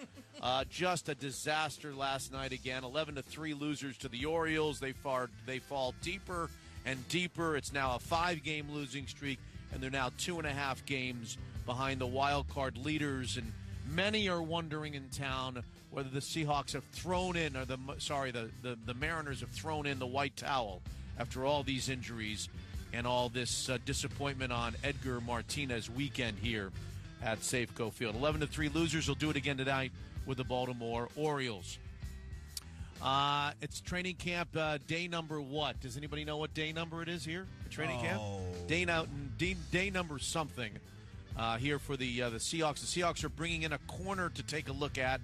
A former starter of the San Francisco 49ers is a free agent named Tremaine Brock is going to be here to visit the Seattle Seahawks. Seahawks might be looking to fortify their cornerback group here in training camp. Jay Cutler is going to make his Dolphins debut in a preseason game against the Ravens. You fired up about that? No. Jay Cutler era? No. Marvin Bagley, who was the number one player in the class of 2018 in high school basketball, has decided he's going to reclassify into the 2017 class and go play Duke immediately, at Duke immediately. And the toxicology reports for Tiger Woods at the time of his arrest on Memorial Day weekend are not good. 5 different drugs in his system, including traces of marijuana, painkillers, all kinds of stuff. I mean, I could read this to you, and I got a feeling from your playing days, you might know a little bit about this stuff. I don't know what this stuff is, but here's the breakdown. You want the breakdown? Okay. Hydrocodone, you know what it is? Yeah. Formerly or a generic form of a painkiller branded in Vicodin. Hydromorphone, if I'm saying this correctly, a strong painkiller known as Dilaudid. Alprazolam, a mood and sleep drug commonly known as Xanax. Okay. Zolpidem, a sleep drug commonly known as Ambien. And Delta-9 carbox THC, the active ingredient in marijuana, all found in Tiger Woods' body in his toxicology report at the time of the arrest on Sunday night, Memorial Day, Sounds in like Jupiter, something Florida. You want to shake up on the roof of a Vegas hotel with your wolf pack. Right? Just see how the night goes. Does that sound like a group of ingredients just before a nice drive at night on a main road in Jupiter, Florida? Oh, God. God almighty. Well, you laugh, but you think, I mean, he could have really hurt somebody in himself, obviously. So that's the report from the toxicology labs in Florida. And there you have it at 8:05 on 950 KJR. Some of the headlines. Hit it. Slickhawk, please. Okay. You know when the kicker's having a good training camp? Yeah, I absolutely know. Absolutely know. You want to know when the kicker's kicking really good? When he's banging kicks. the cameraman at training camp. When he's banging the cameraman at training camp. Ladies and gentlemen, what does Hugh Millen have on his mind today? He's always got something at 8 o'clock, and we never know quite where he's going. Where you go? What's on your mind today, Well, Hugh Breedlove Millen? Do you want truth, or do you want me to just deviate from the truth? I want. You want to write down Broadway? You want just? I want whatever's on your mind. Truth, of course I want. So I always thought that the most incredible thing I could ever see would be aliens on Earth or contact with extraterrestrials. Okay. I think I might have. I think I might have witnessed or seen a video of the second most. I saw a damn elephant take a paintbrush and make a painting of an elephant picking a flower. No, you didn't. Yeah, I did. Yeah, Suda the painting elephant. Look What? on YouTube. Suda the painting elephant drew a picture How do you of an spell? elephant. How do you spell Suda? Suda? Suda the painting All right, elephant. we're looking him up. Makes a painting of an elephant holding a flower, picking a flower that's better than a 10-year-old can make it. Yeah, Suda. So, and it seemed like the most incredible, poignant little moment that this elephant could do this. And There's Suda. He's firing up the paintbrush right now. Look at the paintings he makes. What? Right? Yeah. I mean, He's he very takes meticulous. He takes a lot of time. No, That's he does. not legitimate. He's very meticulous. It's true.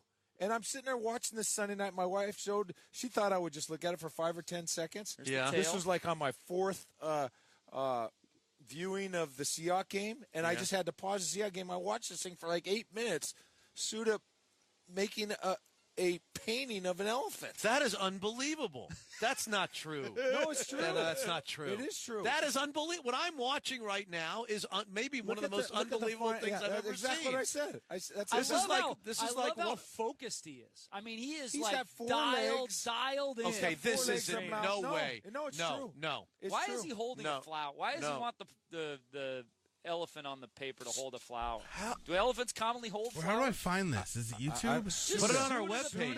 Yeah, this is the webpage thing of the day, Slickhawk. Suda, the painting and elephant. I'm just sitting there thinking, oh, he's communicating, kind and of it's a skinny like, elephant. And think of how intelligent they are. Painting elephant. Right? Yeah. Suda. But I did some more reading, and it's not good. It's not good. I think these elephants are under a lot of duress, and there's a lot of pain involved. And I went from the heights of just thinking how unified we are, at least mammals, and this kind of connection and energy in the world. And it's just it's actually kind There's of more than one of them. They got 3 elephants painted here. Yeah, look at this guy. Yeah, so Suda. So it's Suda. It's not so heartwarming. Anyways, that's not really the entirety of this. Oh, it segment. isn't? Yeah, Okay. No, all right. I don't know where you're going. Mitch, he's signing it. He's signing He's autographing his work. Okay, this is not true. It's true. This is not Look at true. that painting, An elephant cannot paint that way. Look at those flowers. If you went into not a a, fake if you went into a 6th grade, just a random 6th grade Forget class. 6th grade. How about today? Hear me. I Yeah, can't paint adults, like that. yeah. I would not be able to put an elephant on paper He like drew that. an elephant. Did he not draw an elephant? Yeah, with and then 3 he signed flowers, his and he's name. signing his name. Okay, this is not No, legitimate. it's true. No, it's I legit. don't believe it. It's I don't believe legit, it. It's not legitimate. What do you think? It's Photoshop? Yeah, there's It's like something going on. like There's no way an elephant doesn't know how to paint. Well, these ones do. I'm An watching elephant Suda right now. An elephant doesn't even know what he looks like. I think Thai elephants can paint. They teach them to paint, but I think the methods that they use. Yeah. Well done. I think it's, Oh my God! You think that they're doing I don't think it's inhumane good. things to Yeah, the elephant to think teach them to paint? They're stabbing them in the ear, and they're Not unfortunately, Suda. How do you know anyways. this? I mean, do you know this, or do you I just? started reading about it, and I kind of believe it. Oh. Yeah, I kind of believe. Yeah, so Well, that's a bummer. So I kind of went from This is a terrible. the- If you've yeah, got the something peak to to the- say. yeah. So What else do you let's- have? Something? You have something well, else on your we mind? kind of talked about it. I like that. Hugh's but got something to say there.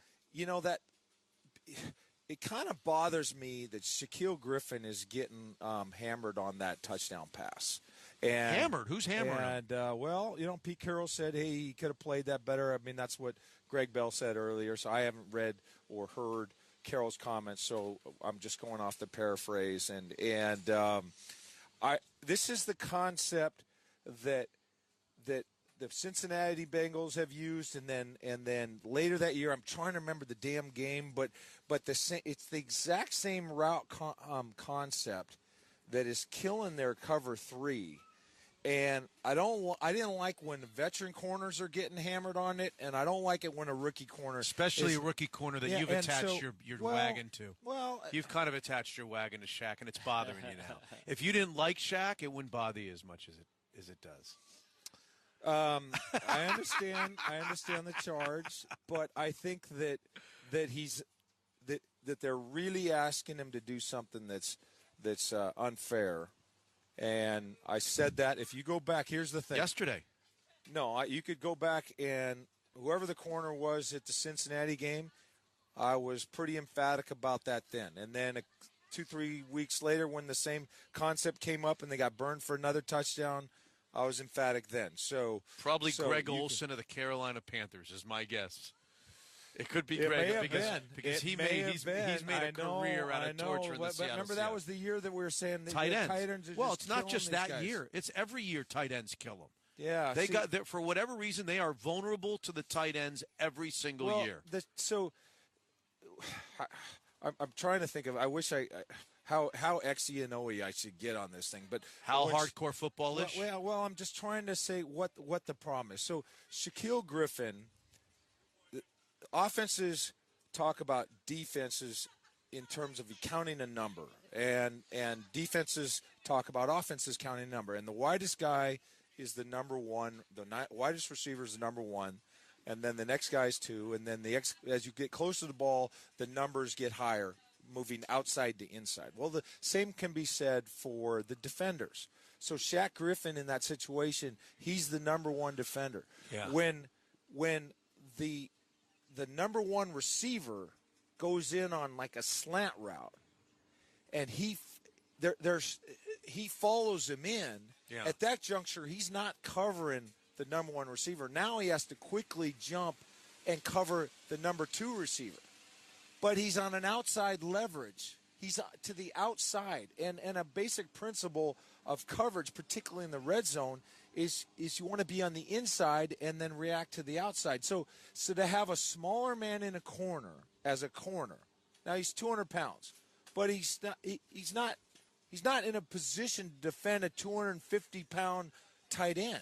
Right. So Antonio Gates is the number 2 receiver. So he's the number 1 defender coming down. He's in outside leverage. You know what it'd be like? It'd be like a power forward, and this is apt because Antonio Gates was once a power forward. It'd be like some type of a switch where you've got a guard who is now momentarily on the outside of the block, and a post, and the point guard's at the top of the key, and Antonio Gates, the power forward, is posting up the guard, the 2 guard, and Gates has inside leverage towards the hoop. So he's got to defend him, and he's on the wrong side of him. And so to me, you say, well, okay, well, how can you help? There's only 2 people that can possibly help. What's called the hook defender in that defense. If you take your 4 fingers and just put them out, hide your thumb, your middle finger and your ring finger are the hook defenders, and your index finger and your pinky are the curl flat defenders. That's just terminology that's used. So the inside guys are hook defenders. In this case, Cam Chancellor is the hook defender. When you run that number 1 receiver at Cam Chancellor, who's the shallow defender, he's standing there 2 yards from the goal line. Cam Chancellor can't back up and give ground. He could out on the 50-yard line, but he's going to give up a touchdown. So you're freezing the inside hook defender. The only other help you can have is Earl Thomas. Earl Thomas, the safety, he's shaded over on the side because he's worried about and I know we talked about this a little bit, but a two-route combination where the slot receiver would run a seam. That's what happened in Cincinnati. Earl Thomas was too far over on A.J. Green. Now they have Keenan Allen in a similar situation. And so I think scheme-wise, as incredible as Seattle is, and I'll argue very firmly, these guys are the best coached defense in the NFL. The points, everything bears it out. But it doesn't mean they're perfect. And Joe Montana and Tom Brady and whomever else, Aaron Rodgers, they're great players, maybe the best of all time. They throw interceptions. And LeBron James has bad nights, and he has an air ball. I mean, everybody, the greatness in every walk of life doesn't mean you're perfect. Except for Marino. You kick interview questions from time to time. Guess what? Yeah, you do. Yeah, there you go. Yeah. Here's this curl defender. That's not very nice. Okay. Good, nice. Did I listen? Finger, yeah. Is this one of the curl defenders that's right curl here? Defender, yes. Okay. Yeah, one of the. It's like a pretty straight defender. I got this curl defender for you. You hit all the rest of them. The other one, took a dive. So what I'm saying is that I believe you don't like Pete Carroll. You don't like Pete Carroll stepping up to the microphone and saying Shaq could have played that play better. I had you could play my comments, and it was twice in that Cincinnati game. They got beat twice for touchdowns. Yeah, you could play my comments on the same thing where I say this scheme is getting a smaller man in outside leverage, and it's very So similar. What do you want him to do about it? I want him to get the damn safety over, or have a check in empty formation where the number 1 receiver could come down, where he has a little bit of a squeezed alignment, have a check to get out of that coverage. And you can damn well assume that teams are going to school on this. They've seen the Cincinnati's do it. They know it's not like opponents don't know that the Seahawks are vulnerable to this goal line play where you send in a power forward, or otherwise known as a tight end, on a smallish corner that you can get inside position on and have the quarterback throw the ball like the point guard does to the inside hand, right? Yeah, exactly. Yeah, you just post it to the inside. That's right. It's over. And the 2 guard is on the outside, right? Instead of in the key. So you got to do something about it. So what are you out here with us for? Go in there and tell them what it is. It's a wrinkle off it's an infrequently used wrinkle off a very, very prominent concepts. And normally, Antonio Gates runs a corner route, in which case he's breaking into an outside leverage, and then Shaq Griffin would be in a great position. But the wrinkle that we've seen from a few teams is, and you saw there was a little bit of a stutter by Antonio Gates, and then he broke back in the inside. It's just really hard for any player. It'd be hard for Richard Sherman if you're not playing man-to-man in those situations. So at any rate, here they are. This is probably like the one concept that has given Seattle the most fits, and San Diego was smart enough on Phillip Rivers' first series. They get down there and they say, boom, we're gonna attack that coverage. Because we know that Seattle's been susceptible. When Antonio Gates had 3 touchdowns against him a couple of years ago, were any of them in this? Can you recall whether any of this is variety?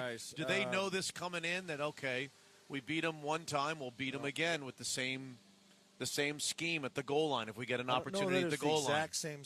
They got a seam because he beat 3 different guys. Okay, he beat KJ. I think he beat Cam, and then there was.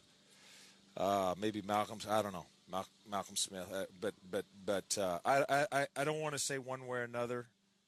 I'm a little bit foggy. I could go back. So what's your vote, Slick Hawk and Dick? What's your vote on Hugh? Is it Suda the Elephant, or is it Shaq Griffin getting a raw deal on being asked to cover? What's the question? Which one? Well, which one did you like better? While listening you like to you break that down, Yeah. I didn't have I didn't have the play up, but I was watching Suda while that happened. And what do you think of Suda? Is Suda as mesmerizing as the dude that used to have the half-hour show and he would paint while he'd be talking? Bob Ross? Yeah, he'd be painting while he's talking and he'd be painting a masterpiece. And after the half-hour show, he'd be talking and painting and talking and painting. He's comparing apples and oranges. And I was like, and I'd be sucked in. I'd be like mesmerized. I came out here. It's one of the first things I ever saw on TV in Seattle. Happy little tree. Yeah. It was just unbelievable. Is it as mesmerizing as that? The elephant? I mean, it's different. This is it's an elephant painting an elephant with flowers and grass and signing his name. So it's a different kind of thing. Now, Bob Ross is in a category all of his own. That's classic television programming.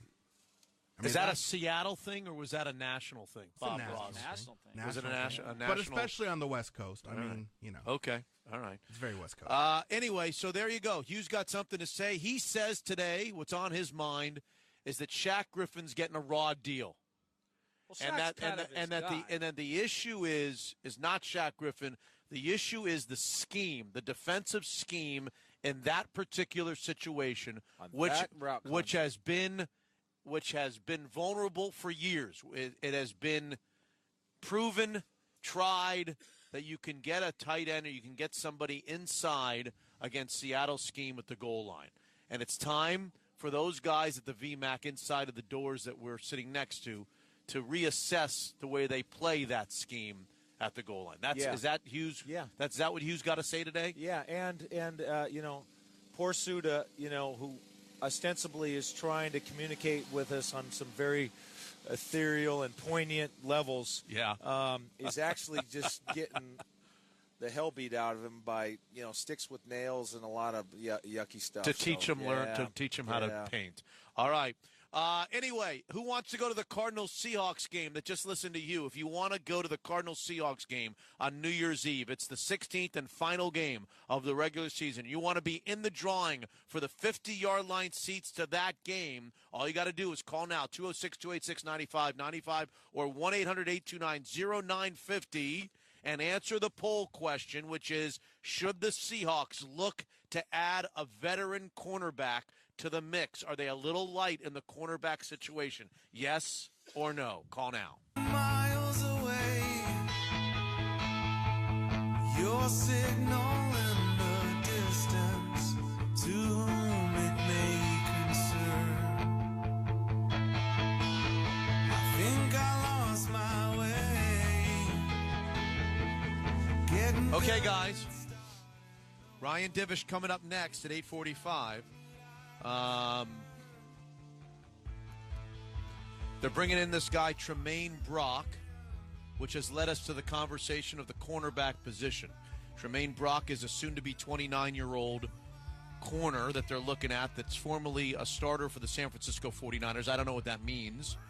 They released him, I would guess, in large part to the domestic violence issue that has now been resolved and he's been cleared of.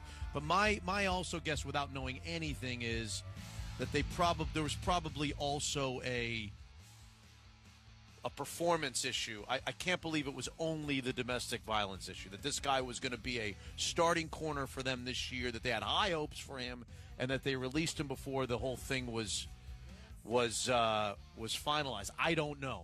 I don't know. But it's brought up the other conversation, which is, what about a corner? Are they a corner? Are they a day late, $1 short, and a corner short, the Seattle Seahawks? Well, first of all, it's possible that you had something, down there in San Francisco. You had Alden Smith and some issues that were bad apples. Well, there may have been some statements made. Who knows? Maybe the owner interjects. Maybe the head coach says, "Hey, enough of this stuff." And after the warning, because they had gone through 2 or 3 incidents, right. And after a warning, they might have said, "We need to make an example here," and we're going to make an example out of Tremaine Brock. That of course is speculation, right? Right. But given the fact that they had some incidents down there, it wouldn't surprise me. Okay, so let's graduate away from Brock and just graduate to the question of, and we're going to ask the callers here. Anybody who calls, by the way, goes into the drawing for the 50-yard line New Year's Eve seats to see the Cardinals and Seahawks in the final game of the regular season. Do the Seahawks need another corner? Do they need to be on the market looking for corners? Are they a corner short in your estimation? You go first. Yeah, probably. I mean, you'd like to have the ability to play dime defense. They play nickel, and they feel comfortable playing with KJ and Bobby Wagner, but sometimes against a really fast group, you'd like to have maybe one more guy. Yeah, I agree with you. I'm not a big fan of Jeremy Lane. Just kind of underwhelming. Elliott. DeAndre Elliott, Nico Thorpe. Well, I don't know that Nico Thorpe can play corner for them. I don't know that he has the change of direction. And Tell her to watch the great. Yeah. Tell her to watch the great. Has she dumped so far this year? Tell her to watch the great. No, she's a new one. Tell her to watch the great. Tell her to watch the great. Almost. Oh, my God, it almost went over. You almost had her. Tell her to watch the great. Anyway. What are you guys doing out there? Well, it's been many years. Years we watched disaster after disaster over a great. With the lawnmower? Go ahead, give a play-by-play. I don't know how to do it. How do you do it? You explain. As the young intern wheels the rack of Seahawks gear, like T-shirts and everything, down to where they're going to sell it. Yes. There's this sewer drain grate Yeah. that is very thick. Yes. And it doesn't appear It's to be- uneven with it's the rest of the uneven, patio, right? And the wheels are very small on this this They rack. get caught every They get time. caught, and they have gone over. I have seen. I mean, they have Titanic before. I have this one was seen- not quite. The rack goes ass over The tea rack kettle. goes, yes. And all the clothes And sometimes go the intern goes ass over tea kettle as well with the rack. They dump the clothes every time. At least it's every once time. a day. It's like Candid Camera. We're sitting here like Yep. on Candid Camera. We've all seen it. We all know exactly what's going to happen. As soon as you said, I wasn't even looking, I said, and watch as the soon as great. you said watch the great, I Watch knew the great. exactly what you were talking about before I Watch the great. Well, and the wheels. And you got to understand how much merchandise are on these racks. God. There's like It's packed. 40 It's like- shirts on yeah, these racks. Which is part of the problem. Yeah, Because it's too much. in addition to the small wheels, Yeah. the 4 wheels are as wide as your shoulders. high center of gravity. and then as wide as you can stretch your Watch arms. the You've greats. got all. So the balance. Yeah, it's very. And it's funny precarious. because the experienced ones, and they come out time after time, the experienced ones know Will about the maneuver. great, Yeah, and they will go maneuver. around the great. But the ones that are newbies, they come walking, and you can see it written all. They have no idea Yeah, what's they're not about even to looking. happen. They're not They even have paying no attention to idea. what's in front of It them. happens every single Oh, boy. time. Watch the greats. All right, anybody who participates. Okay, so Yeah. are you a yay or a nay? You're a yay.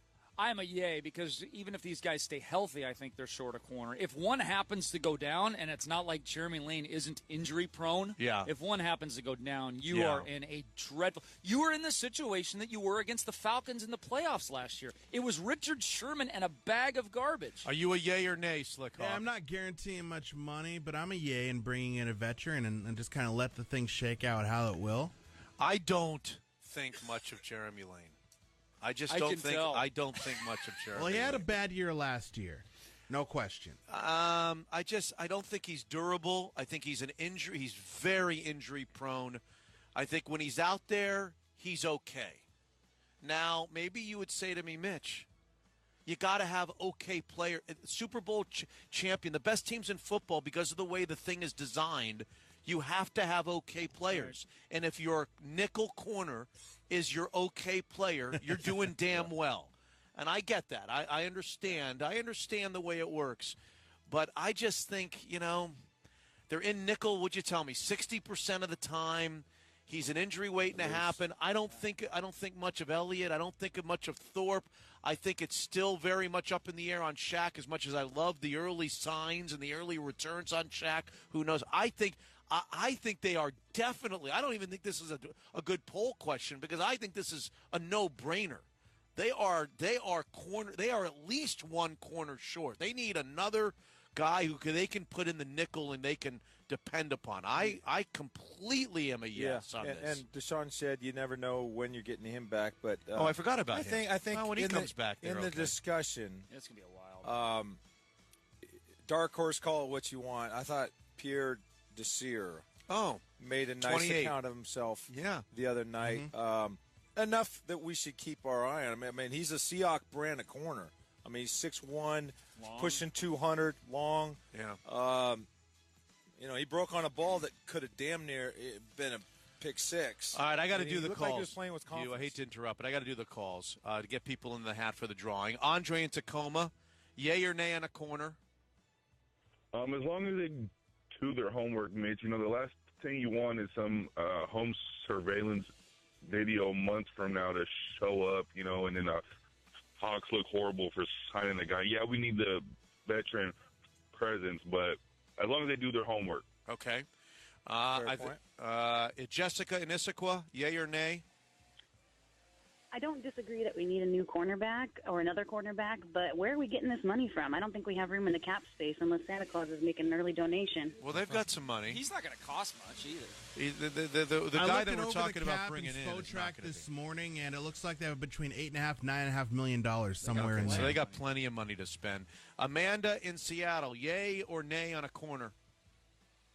I say hell yay, because hell yay. I agree with saying I'm a little bit worried about the injuries through the season, and if we're already feeling a little short, then we could use all the depth we can get. Okay, Jesse in Puyallup,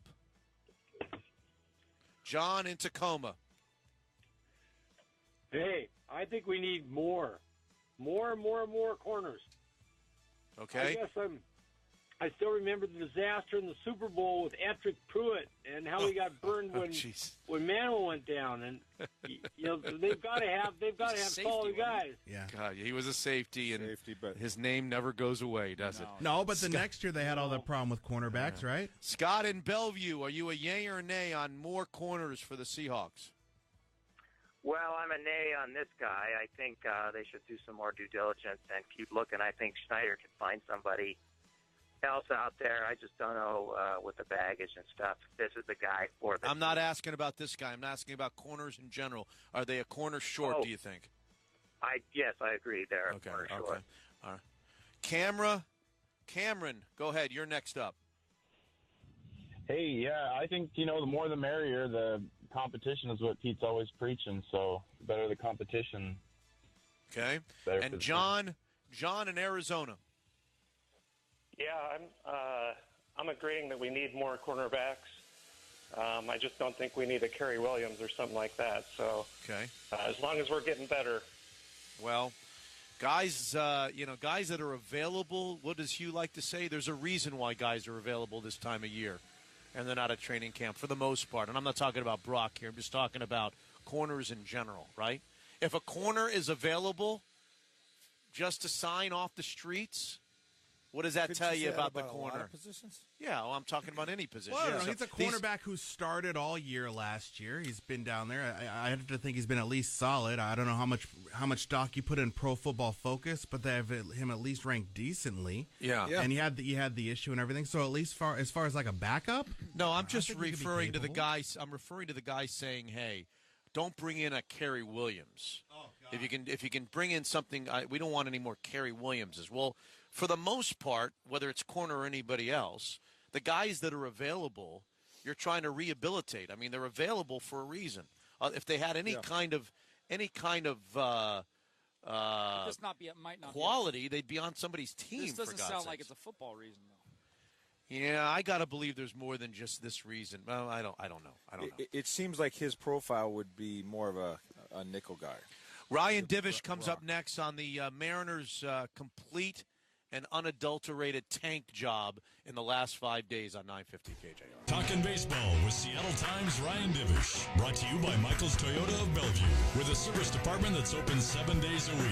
It's truly all about you at Michael's Toyota on Seattle's Sports Radio 950 KJR.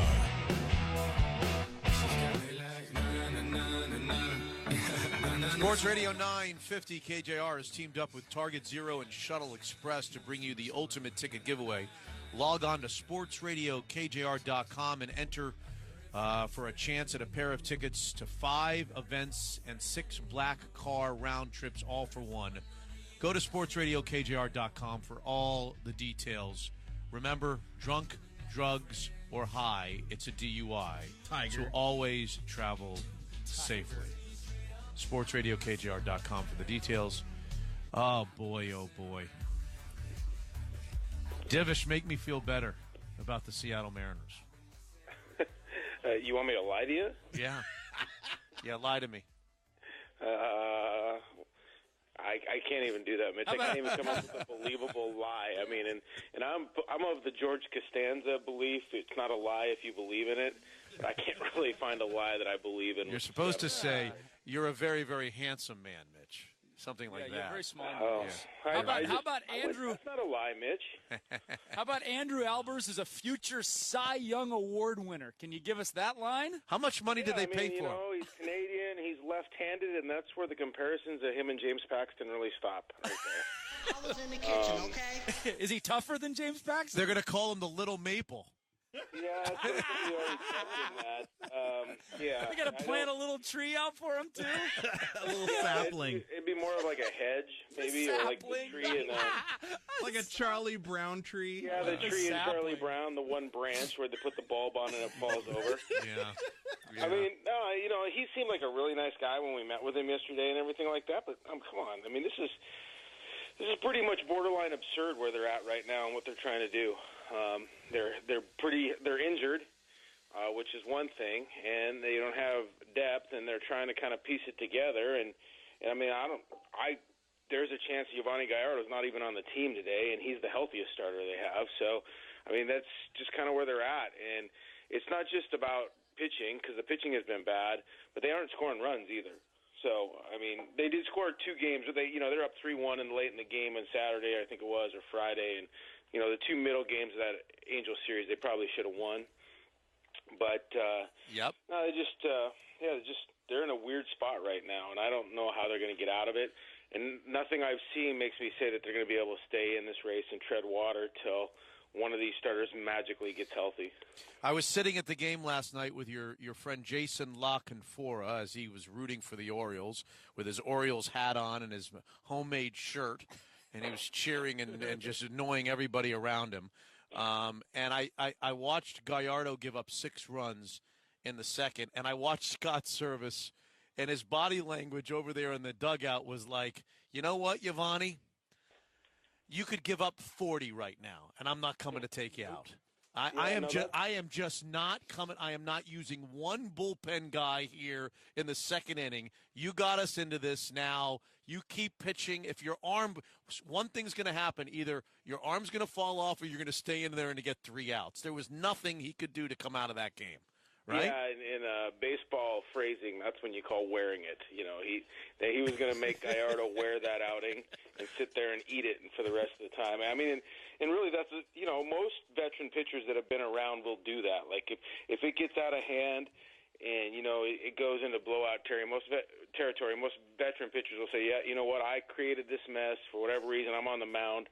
I'm not going to kill the bullpen by asking to come out, so I'll stay in and try and get to my pitch count. Unfortunately, when you throw 50 pitches in the second inning, your pitch count of 100 pitches comes quickly. So yeah, it was awful. And the thing was is Heredia's made that catch before in left field on the double over his head. I mean, it hit off the end of his glove. He's made that catch before this season. It's a really tough catch. He's made it. Seager makes the play, goes home, doesn't get an out there. Bad judgment on Seager to come home with that ball. Those are two plays that limit the damage a little bit, and those are the plays they're not making right now as well. So, I mean, like, they can't, with the pitching they have, they can't afford to make mistakes in the field. They've got to make the exceptional play in the field while making everything else. And then they also can't have runners second and third with Cruz and Seager coming up and get nothing out of it. That's right. That changed the entire game. I mean, Cruz gets a hit there. It's 3-1. You're putting a bunch of pressure on Gausman. Maybe you get him out of there. But instead, he strikes out Cruz. He strikes out Seager, gets ready to ground out. He's out of the frame. He allows himself to kind of regroup, and then they hang a 6 spot or a 7 spot on you or whatever it was a 6 spot in the second. Then he's in cruise control. All he has to do is just go out and throw strikes and not walk anybody, and he's going to win the game. That's right. In fact, Oriole fan Jason Lockenfor sitting next to me was when Cruz came up with second and third and still nobody out in the first, and they'd already scored a run. He's saying, just put the guy on. Put him on. And I'm like, no, I don't think that they want to go righty versus lefty against a fairly hot Seager at this point. So let's see what they'll do with Cruz. And what does he do? He strikes Cruz out. He strikes Seager out, and they get one that inning. The other thing about the Seager play, and I'm the master of making a mountain out of a molehill. I'm probably overanalyzing this. But I sat there thinking about that Seager play, and for the people that don't know that are listening to us, it was in the second inning. It was early. They had already gotten 3 hits off of the Orioles starter. It looked like it could be a high-scoring game. And Seager comes on a bouncing ball to third where the guy's going to be safe at home. Instead of going to first with it, he doesn't have a play at second either. Instead of going to first and getting the out and making it, a 2-out inning at that point, he comes home. They don't get the guy at home, and it extends the inning. That just feels like, to me, a desperate play. That feels like, oh, my God, it's the second inning of a game with the Orioles where you got a guy on the hill that you can score against. You're coming home on a play like that in the second inning of that game? That reeks of we're desperate, we've got to make something happen here, and that they're feeling it. And maybe you're going to tell me that you're in the locker room with them every night and they're not feeling it. It's the same temperature as it is every other day. So you take on that one, Ryan. Yeah, I thought he didn't have a play at first, but it was it was the damn catcher running. It wasn't, I mean, and he did, you gamble to try and make the great play when the great play doesn't really earn you that much. You know what I mean? At that point, you're in that inning, things are spinning out of control. Outs are your friends. Any way you can get an out, that's the way you do it. And run, score, be damned. That was, desperate in the sense that, one, we don't think this guy can stop it or get anybody out on his own, and two, we don't think we can score enough runs to keep ourselves in this game. And it wasn't a great play, and like I said, Heredia not making the catch, Seager not making it, those are plays you have to make. Runs. They're just walking a very fine line in terms of the margin of how they can win a game. Yeah. And right now they're not doing the things they need to. And what's really odd about this is you lose those 5 games and you look around at the rest of that the wild card race, and they could have really made some serious hay even if they went 3 of 5. Yes. They could have really helped themselves a ton. Yes. And I do think there's some emotional hangover seeing Paxton leave that game as well. Yes. Because they can look around and look at the starters in that clubhouse, and Robbie Cano probably doesn't even know the name of half the guys in there. Right. Because these are guys that are coming up. I don't know how they're going to make it work for the time being. They have this new philosophy of basically using these starters like 4 innings, if they can get to 4, using these starters 4 innings and having a guy like a long reliever guy piggyback on the back of it and come in and pitch 2 to 3, just trying to get you to the back of the bullpen. It's it's something they do in the minor leagues. So like down in Tacoma right now, all their starters are only pitching 4 innings at a time, 3 to 4 innings at a time, and then they're going on short rest. So they don't, instead of going 4 days off, pitch on the 5th day, they're 3 days off, pitch on the 4th day to prepare what this could possibly be like up here, and they're just going to keep cycling guys out. Like Bergman the other night, threw 4 innings, shutout, you're gone, you're back in Tacoma. Casey Lawrence could be gone tonight. They've got to make another roster move or 2. So that's how they're trying to do it, instead of going out and just biting the bullet and trading for Andrew Kashner, who sucks but is better than what you've got, or going out and getting R.A. Dickey and giving up a mid-level prospect to keep you in it.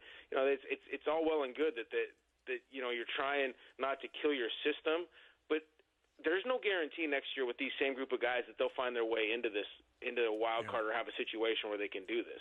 There really isn't. I mean, if you look at the Astros, what they have, winning the division is going to be difficult, and not every year the wild card situation is going to be like a bunch of the nerdy kids sitting at the side of the dance, waiting to get asked and just doing everything that they can to stay right in the middle. That's what it's like right now, and they can't seem to pull away from that. And now with the pitching injuries, now with Paxton gone, it changes everything. Like before, we talked about Verlander or something like that. They're not one pitcher away from pushing themselves through this.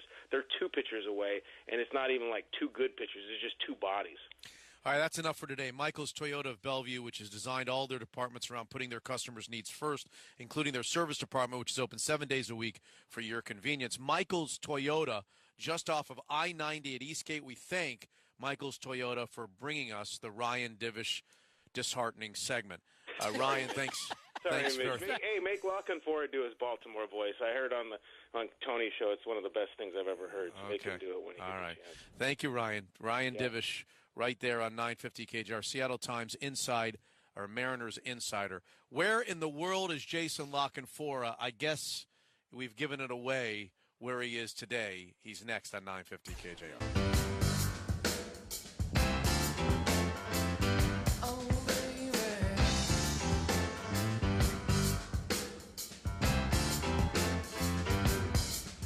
9:04 on 950 KJR. We're going to find out where in the world Jason Lockenfora is here in a second. Let me update you on the news of the day.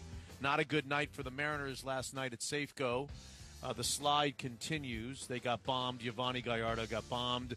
Ryan Divish just told us in our last segment he thinks that Yovani Gallardo's days as a Mariner could be over today, as they could release him. We'll see. With all the lack of pitching that they have, they kind of need guys that can throw the ball from the pitcher's mound to home plate. We know he can do that. They lost 11-3 to the Orioles. We're going to have the biggest Orioles fan in the world with us here from somewhere at some training camp around the National Football League. Other things happening. It appears as if Ryan Matthews is being released by the Philadelphia Eagles. Jay Cutler is going to make his Dolphins debut.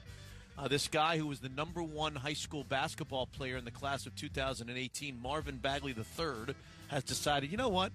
Kind of like Jonte Porter, I'm gonna reclassify into the class of 2017 and go to Duke. Who's going to be the number 1 pick? Is it going to be Michael Porter or is it going to be Marvin Bagley? I don't know. Maybe Marvin Bagley will be there for 2 years. Who knows? Yeah. And it sounds like that Tiger Woods had consumed a Bartell's drugstore before he went driving on that May night, that Memorial weekend night when he was pulled over. It turns out he had like 5 different drugs in his system, including traces of marijuana. All right, that's the story. Let's continue here from training camp. Slickock, hit the button. It's time for Where in the World is Jason Lockenfora, presented by Zeke's Pizza, homegrown in the Northwest. Now with NFL Insider and CBSSports.com's Jason Lockenfora. Here's Mitch in the morning. Where in the world is Jason Lockenfora? Well, where is he? He's at a training camp. He is at a training camp. He's at a training camp one? in Renton, Washington, at the Virginia Mason Athletic Center. Now, we introduced you as a NFL insider with CBS Sports, but that's kind of your second job. I found out last night. I'm an entrepreneur, Mitch. I like to think of myself as a Renaissance man. You're not an NFL insider. You're a NFL insider, posing as a T-shirt salesman, for God's sakes. Like the players say, you've always got to be thinking of the long term, your second career. Nothing's guaranteed. We're all year to year up here. Yeah. So, I got to put my mind to use in other ways, Mitch. I got to stay creative. You want to start it right now? Timmy Beckham can't be stopped. Timmy Beckham can't be stopped. I can't believe it. Dan Duquette got that one right, at least for 2 weeks. He was screaming this next to me last night. Why doesn't that Timmy Beckham can't be stopped. It worked in Oakland and Anaheim, too. Where you've been to the other parts of the road trip. Do you know what Tim Beckham's doing over the last 3-4 weeks? He's hitting raised 440. When the O's acquired him, he was hitting 256. He's now batting 300. Yeah. He's only been here since August 1st. Do the math. He's got to have 35, 40 hits in 2 weeks. This is I tried to paint the picture for these guys at 6 o'clock of what I went through last night. And we don't had know. A good time. No, I said we had a good time. All right. Yeah, I just wanted to. I didn't understand the level of your fandom, that it kind of crosses. Is it fair to say there's a groupie element to your fandom with the Baltimore? Is that a damaging thing for me to say? I think you're talking about having irrational groupie. It's a little bit, isn't it? A little groupie-ish. You're making your own T-shirts about a player, That's right? for money, dude. I'm trying to make money. But all right. But does this guy? I mean, this guy that you're making the T-shirt about, are the Orioles in on this T-shirt? No. Okay. No. But he is. Okay. We went to Trey and we're like, hey, we're going to. Who's we? Me and my partner on the podcast, Coleman. Okay. Although he has nothing to do with this. Okay. The T-shirts are my You got an baby. Oriole logo on it? No. We were careful with trademarks. Okay. Yeah.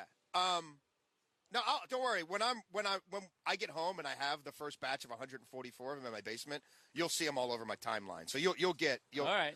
In fact, I wanted to make a wager that if the O's win this series, I'm not going to give you the T-shirts. You guys buy the shirts from me, but I'll sell them to you at cost, and then you have to take a picture together. I'm not going to get into that. $7.50. Come on, dude. Come on now. I thought we were off the record last night. You didn't say off the record. That ain't right. Oh, no, Play the Rover, Hon. Play the Rover. That's quite a markup. That's a markup. Seems a little steep. Yeah, but that's the T-shirt Yeah, we know thing what is, the profit margin is. We're making money on the podcast, and I'm like, so I let's told these reinvest guys some back of at this 6 o'clock. We're having a nice time. His Baltimore Orioles are killing us, and he's yelling and screaming at coaches. And, hey, give him a high five. Give him a high five. He's doing the whole thing. And then he needs to go to the bathroom, and he disappears for a few minutes to go to the bathroom. Excuse me. He offered me another water, whatever. He goes up to go to the bathroom, and he comes back, and he says, I just sold 3 T-shirts. Well, I haven't fit. So Yeah, but I mean, I got the order. $50. I got the guy's email in my phone. Yeah, I met him. He's like, "Is that the Mancini shirt they gave?" Because they gave away a Mancini shirt at Camden Yards. He's an O's fan who used to live in Baltimore. He's like, "Is that the shirt they gave out?" I'm like, "Oh no, hon, you got to see this." I'm like, "This is my T-shirt." He's like, "Dude, where do I get one of those?" I'm like, "Give me your right email." Here. Oh God! And I bought him a beer, so hopefully he'll order more than But than you a couple. went through. The reason I say groupie-ish is because you went through. We had a nice chat for a couple innings about how you go to the. All the affiliates are right there. He goes to the Hugh, help me out here. He goes to the minor league games. Yeah. And he develops relationships with these guys. You have their cell phone numbers. Some guys, because we get them on the podcast. Okay. Creepy. And then Creepy? And then you end up making T-shirts and I've done one, dude. It's the T-shirt thing. Like literally, there's 11 of them in existence right now. Like that just happened. I just got. Hugh, what do you think about all this? I'd have to see. I mean, I don't think it's unusual for a guy to befriend a minor league baseball player. Like we know Trey Mancini since he was like 22 years old, and now he's hitting 300 in the majors, and like he knows my kids. I think that's pretty cool. Like if he sees Rocco at a game and we're at Yankee Stadium, he'll come over and give him a high five. Like it's cool. I mean. But they were nobodies. Like nobody 2 years ago when I'm tweeting about Trey Mancini. Were you in Anaheim with them?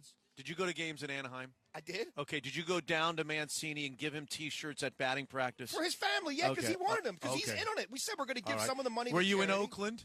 Yes, but were you at batting? Were you at batting practice?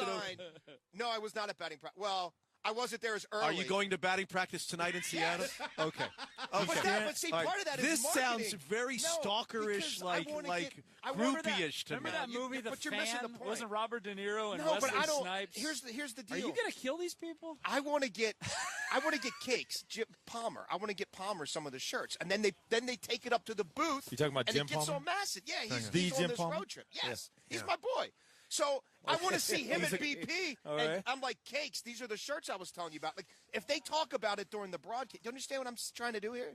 This is like marketing. I get these things on TV, and people are like, where do you get those shirts? You only get them from me, BMOshow.com. Jason, you appear on the NFL's pregame show on CBS. You're a NFL insider. Yeah. What are you doing? Do they only pay you like $4.50? Are you a Grateful Dead groupie? What are you doing? It's a cool shirt. You're traveling around the world with the Orioles. No, that's not true. At one point, who was the guy who was that you were yelling to high five? He was telling coaches to high five guys. That's right, you high five them. He's telling people. That was Manny. It's a high five. Manny, back. hey Manny, high five him, high five him. He's telling people who to high five. When I was with the Cowboys during minicamp, Jimmy Johnson pulled the group together, and there was a guy who was a fullback. He was selling cars. You know, it was his off-season job, and Jimmy in front of the whole team, he says, "I'll tell you what, you keep missing them blitz pickups, you're going to be having a lot more time to sell cars." Yeah. But he's prepared though. Yeah. At least he got that to fall back on. Man. It's a cool shirt, dude. It's a good design. I like to be creative in different ways. I've got ideas. I've got ideas. Of course you can. Let me see a picture. Can you see a picture of this shirt? He just asked, "Can you see a picture? Can I see a Twitter. picture of this shirt?" I don't think just going to the games makes him a groupie.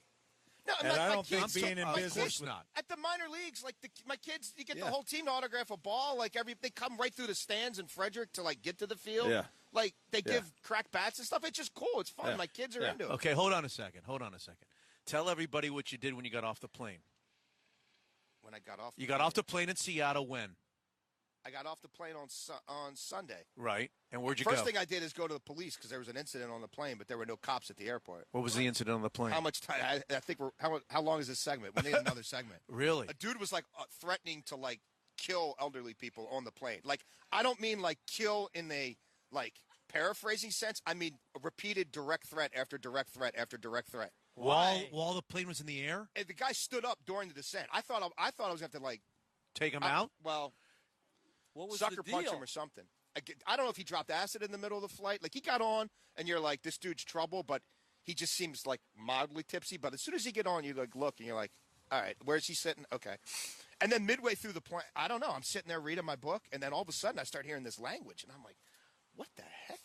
And I am the last thing in the world from a shrinking violent. Like I cuss like a sailor. Like what this guy was saying, I couldn't believe it. It was loud. I mean, saying it to like his loud. seatmates or something. Well, that's why I'm like, what's going on? And there's like an elderly couple sitting in front of him, and he's standing up, like screaming at them, like, "I'm gonna snuff you out when we get off the plane. I did 2 tours in Afghanistan. What the blip blip blip did you ever do for this country? I know how to kill you in 10 different ways." Like, and this went on for like the final hour of the flight. You're kidding. And the little flight attendant guy keeps getting up and talking to him. I'm like, dude, there's obviously not an air marshal here. You need to have cops on the ground. Like this is going above and beyond. Then the guy starts standing up when he's not supposed to. I mean, the flight attendant went and talked to him like 10 times. I'm like, he's out of his mind. You're not going to like get him to stop doing this. It was crazy. And then when we landed, a bunch of us like kind of formed a human shield so these elderly people could get up and the leave. thing. But he's still trying to get them. Really? And then like I go to the Delta gate. I'm like, that crazy person screaming. Like he was doing that for an hour on the flight. And nobody did anything. Not only were there no cops, I'm thinking, okay, well, if there's not cops, at least there's going to be a bunch of like guys from Delta. Airport security. Or even just Delta employees, just extra people waiting there. So we land, the thing pulls up, and there was nobody, I guess, who needed a wheelchair.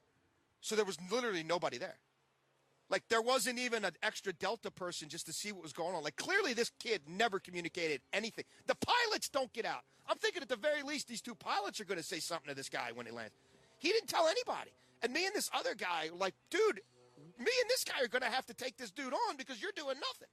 And, I mean, some of the stuff he was saying, I believed him. Like, it was crazy. I mean, if he said 2 homophobic slurs, he said 5,000. I mean, literally, this guy was out of his mind. Just kept going and going. And these people were going. not engaging him at all, right? No, I mean, at first the guy did a little bit, and then I'm like, let's just change seats, and I'll sit between you, and we'll see if it goes away. And it didn't. He kept trying to get up to get at him. It was crazy. Wow. So anyway, Sunday. What'd you do after that? I went to the cops. There was nobody there. I waited like 15 minutes. Right. And then I went to the Rainiers game. He went to the Rainiers game. Yeah. And you tell him what you said, what you asked the Rainiers via Twitter. I asked them if they had any stuff left over from the AAA All-Star game that was here. If they had any Chance Cisco stuff, Orioles top prospect. He asked if they have any Orioles top prospect stuff left over. Chance Cisco left like some of his That's what a groupie does. Like he's looking for stuff from an All-Star from 2 weeks ago. To bring home to Rocco. To bring home to Rocco. Do you have any stuff? Huh? That's a smart ask. For a fan? Smart ass. Yeah. He's coming to town and he calls the Rainiers. He tweets the Rainiers asking them if they have any leftover stuff. Well, like tongue in cheek, I didn't really think they would. Yeah. Did they respond? Did they? They gave me a ball autographed by all the International League All-Stars that I've taken home to Rocco. He's pumped. It's the whole International League part of the team. You know, it's like the IL against the PCL. You are out of your mind. How's that out of my mind? I'm just not that. I mean, just a whole compilation. There's no of things. shame in your You're game, crazy. man. You understand? You're a lunatic. I think. How many? All right. Let me ask you. I was on the plane with a lunatic. I know what a lunatic Answer is. me this. I want an honest answer. I'm still trying to. Find I want an honest answer. Okay. I'm always honest. Look me. I want an honest answer, and then we'll get off the subject. How many current members of the Baltimore Orioles cell phone numbers do you have? How many current members? 2. How many minor leaguers? 2. You have 4 total.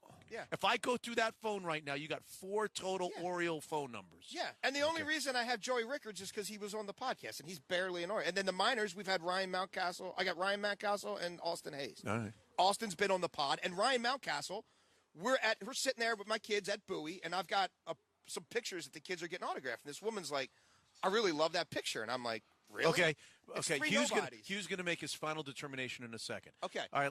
So we're at Bowie. We're getting autographs. This kid, Ryan Mountcastle, was the O's first-round pick a couple years ago. He just got called up from single A to double A. We're seeing him at double A for the first time, and we've got a picture of him, this guy Austin Hayes, and this guy Randolph Gassaway, they were all single A All-Stars.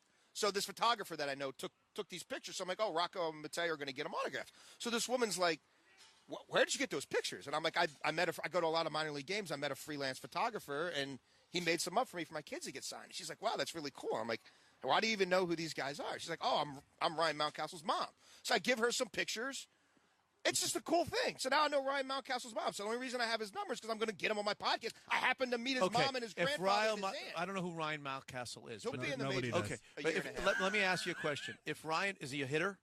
Yeah. If you picked up the paper and saw that Ryan Mountcastle hit a home run or had a big game, would you send him a text congratulating him? No, but I would send a tweet out. Like when he hit his first double A home run, I'd send a tweet out. Okay, from the so you don't tweet account. you don't text these guys at all. Ever. How about Boom Boom? Trey, Boom Boom, I text.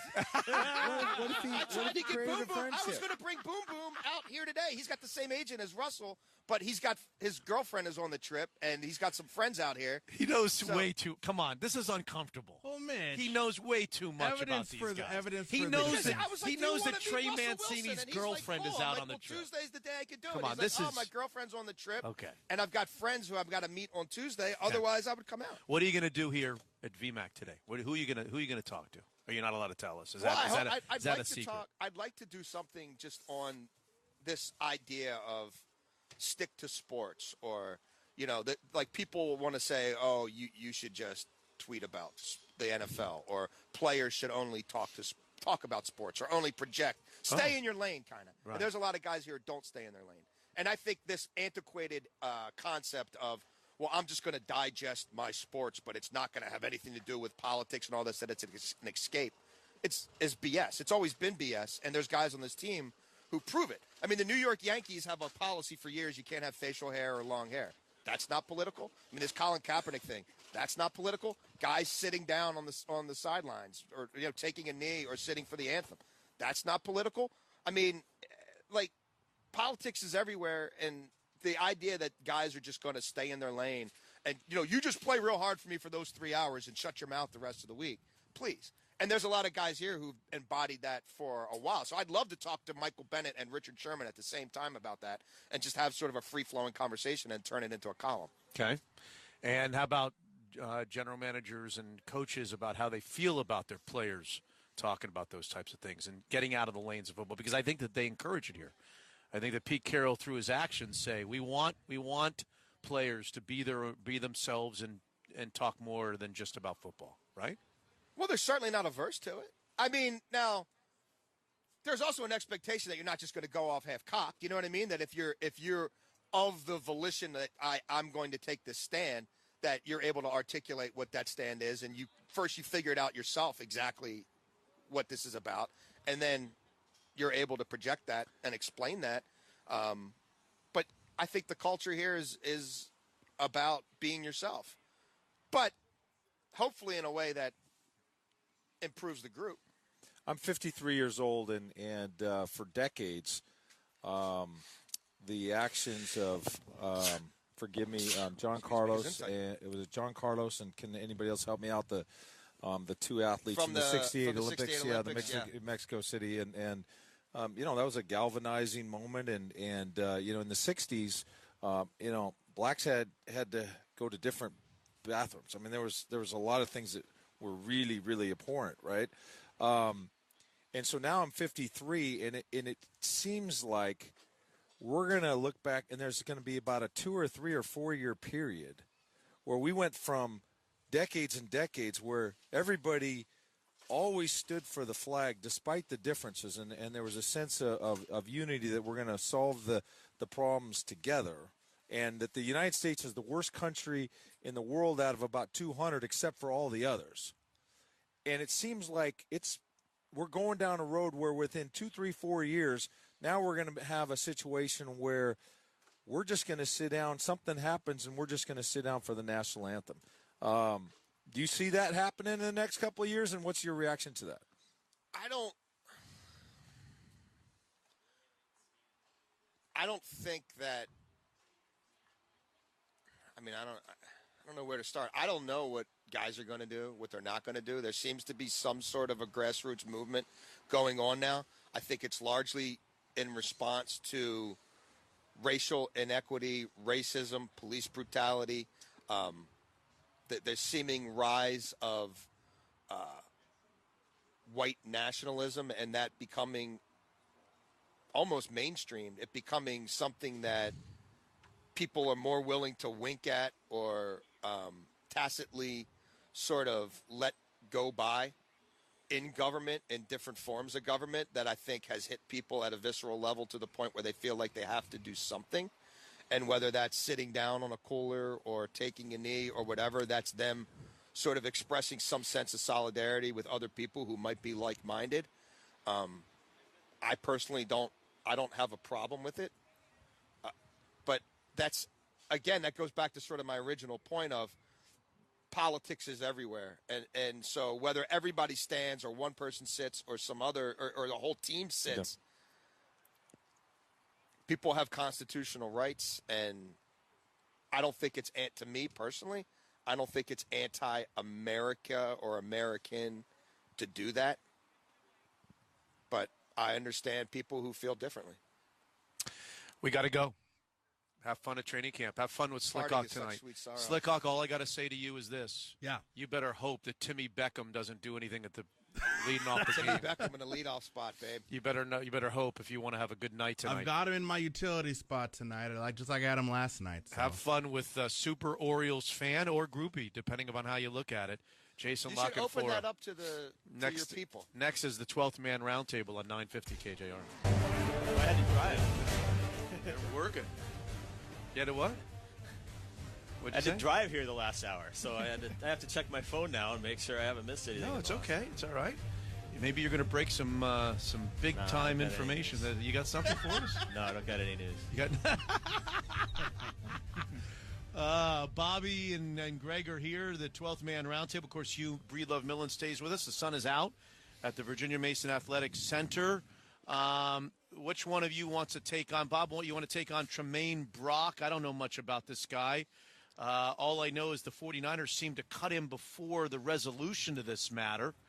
And that tells me that either they acted prematurely or that there was more than just that. Maybe they didn't think he fit in their plans very much anyway as a corner. Which one is it? Or door number 3 was they've got entirely new people running the ship down there, and I think they just thought we're getting rid of everybody that's got anything, and they're just turning everything over, and they saved a bunch of cap money by doing it, and he's 29 years old, I think. So Gonna be, yeah. I think they just, 29 like in a couple of days. Yeah. And so I think they just, I think it might have just been that as much as everything as well. They've had enough issues down there, and I think it was a new John Lynch. Do you think he's a quality football player? Is he I worth anything? Pro Football Focus. I mean, the 49ers were historically bad on defense last year, but they got Michael Wilhoit as well, so they could have two of the back seven of the 49ers from last year playing out here. Snyder did say, I think he said it to you, if I recall, the interview he did with you right after the draft, where corner was the one spot they would still look at a veteran. I think it was you, but it was one of the radio interviews he did. It was one of the interviews he did that he said something to the effect of corner was the one spot they would still be looking for some veteran help, and I know that thought had been out there was if there was a veteran corner that became available, they might be interested in looking at that. I think just a spot where again last year it was pretty shocking how fast they went from. They got Richard Sherman, who's one of the best in the history of the game, to suddenly against Atlanta. They got DeAndre Elliott on the field in a playoff game. So I think they want to avoid the depth issues they had last year as much as possible at every single spot. Greg, what do you think of their depth at cornerback? We talked a little bit about this in the 7 o'clock hour. I think they're a corner short, personally. I don't know where Jeremy Lane fits in. I don't know how good he is. I don't know how durable he is, how much you can count on him. Do you think they're in need of a stabilizing, whether it's this guy or some other guy on the waiver wire, or veteran corner? I don't think it's their highest priority. I just think they're kicking the tires on a veteran NFL starter at a position as the toughest, besides quarterback, to play in the sport. I do think Shaq Griffin's going to be the opening day starting right cornerback, and I think Jeremy Lane's best position is inside at nickel, where he's been and why they gave him 4 years and $23 million before last year. He's only in year 2 of that contract. Last year was a really poor year for him. And you're right, he hasn't been able to stay healthy. And Bob's right is that you cultivate as much depth as you could possibly get. I'm not saying Tremaine Brock is Kerry Williams, but I keep thinking about Kerry Williams when you bring in a veteran cornerback. And not homegrown, not taught the step kick technique, not taught press coverage the way Pete Carroll runs to run press coverage is not an overnight thing. If Tremaine Brock signed here tomorrow, he's not going to be ready to play step kick on Friday night against Minnesota, or maybe not even against the Packers next month. It's a little different calculus than just signing a linebacker or a defensive end or even an offensive tackle for that. Okay, so he's not the right guy. Hugh, reiterate from earlier your position on the group of corners that they have in camp right now. Yeah, I think it's maybe just pedestrian on some areas, some levels, and you look at who's capable of being a top flight corner opposite Richard Sherman. Shaq Griffin's the guy that comes to mind, and this Brock guy, if he were to come in, I would think of him as an inside guy. And you don't know, maybe there's concerns about Jeremy Lane's health. Maybe they want to play more dime if they can, and a game or two, and have two guys, on each of their overhang defenders actually be DBs, and if they feel like he can do it, on the inside of those outside guys. So there may be a spot for him. It just seems like Deshaun Shedd, when are we going to get him back? I don't know. They just have had problems over there for a long time, and Sherman is so solid, and when you're playing that single safety defense, it's just a shame to have 10 guys on the field that are damn good by NFL standards of what they do. If you have an average or just a sub-average corner, they just pick on that guy, right? And then all of a sudden the whole defense looks bad, but you get 10. You could have 10 out of 11 superstars, but you're getting beat at one position. We all know they haven't had great success bringing veteran cornerbacks into this, so I don't know how avidly they're going to go after him or not. I know there's this thought that he could easily leave here without a contract, but if they did that, I guess that means they're going after him pretty aggressively and not worried about that. I was going to point out that there is a big photo of Tremaine Brock already in the room, because this photo of Rawls running over Tremaine Brock, which everybody may remember from Rawls' great 230-yard game or whatever it was against the 49ers. There's a big, huge thing of this. They're going to put something over that when he right by the locker room of Rawls trucking Tremaine Brock on that. Do they turn the picture around like so he when he comes to visit? He doesn't want to see that. All right, the 12th man roundtable. So with our remaining few moments, we've gotten a chance to visit with both of you guys in the last 2 days with some reflections from preseason game number 1. This is a pretty quick turnaround. They go from Sunday to Friday. You don't see that very often. So they are already, the coaching staff, I would imagine, while they're not game planning, they're trying to figure out things that they'd like to accomplish that they didn't accomplish in round 1 on Friday night. So let's talk about a little bit about what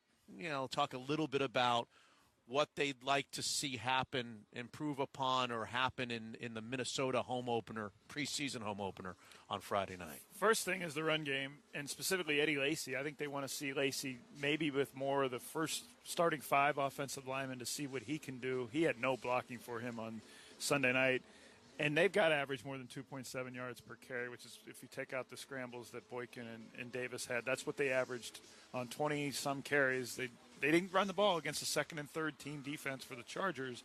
They have made it a priority since the end of the Atlanta Falcons playoff loss to run the ball better. We're going to recommit to the run. They need to do that. And maybe preseason's number 2 is not the time it's going to be conclusive, because the starters might not play more than a couple series. But Eddie Lacy in particular is on the outside of this offense at the moment. Thomas Rawls is the number 1, and it doesn't feel like Lacy has merged into traffic with what the offense wants to do for this season. Wonder why. They'd like to see the number 1 defense play a little better.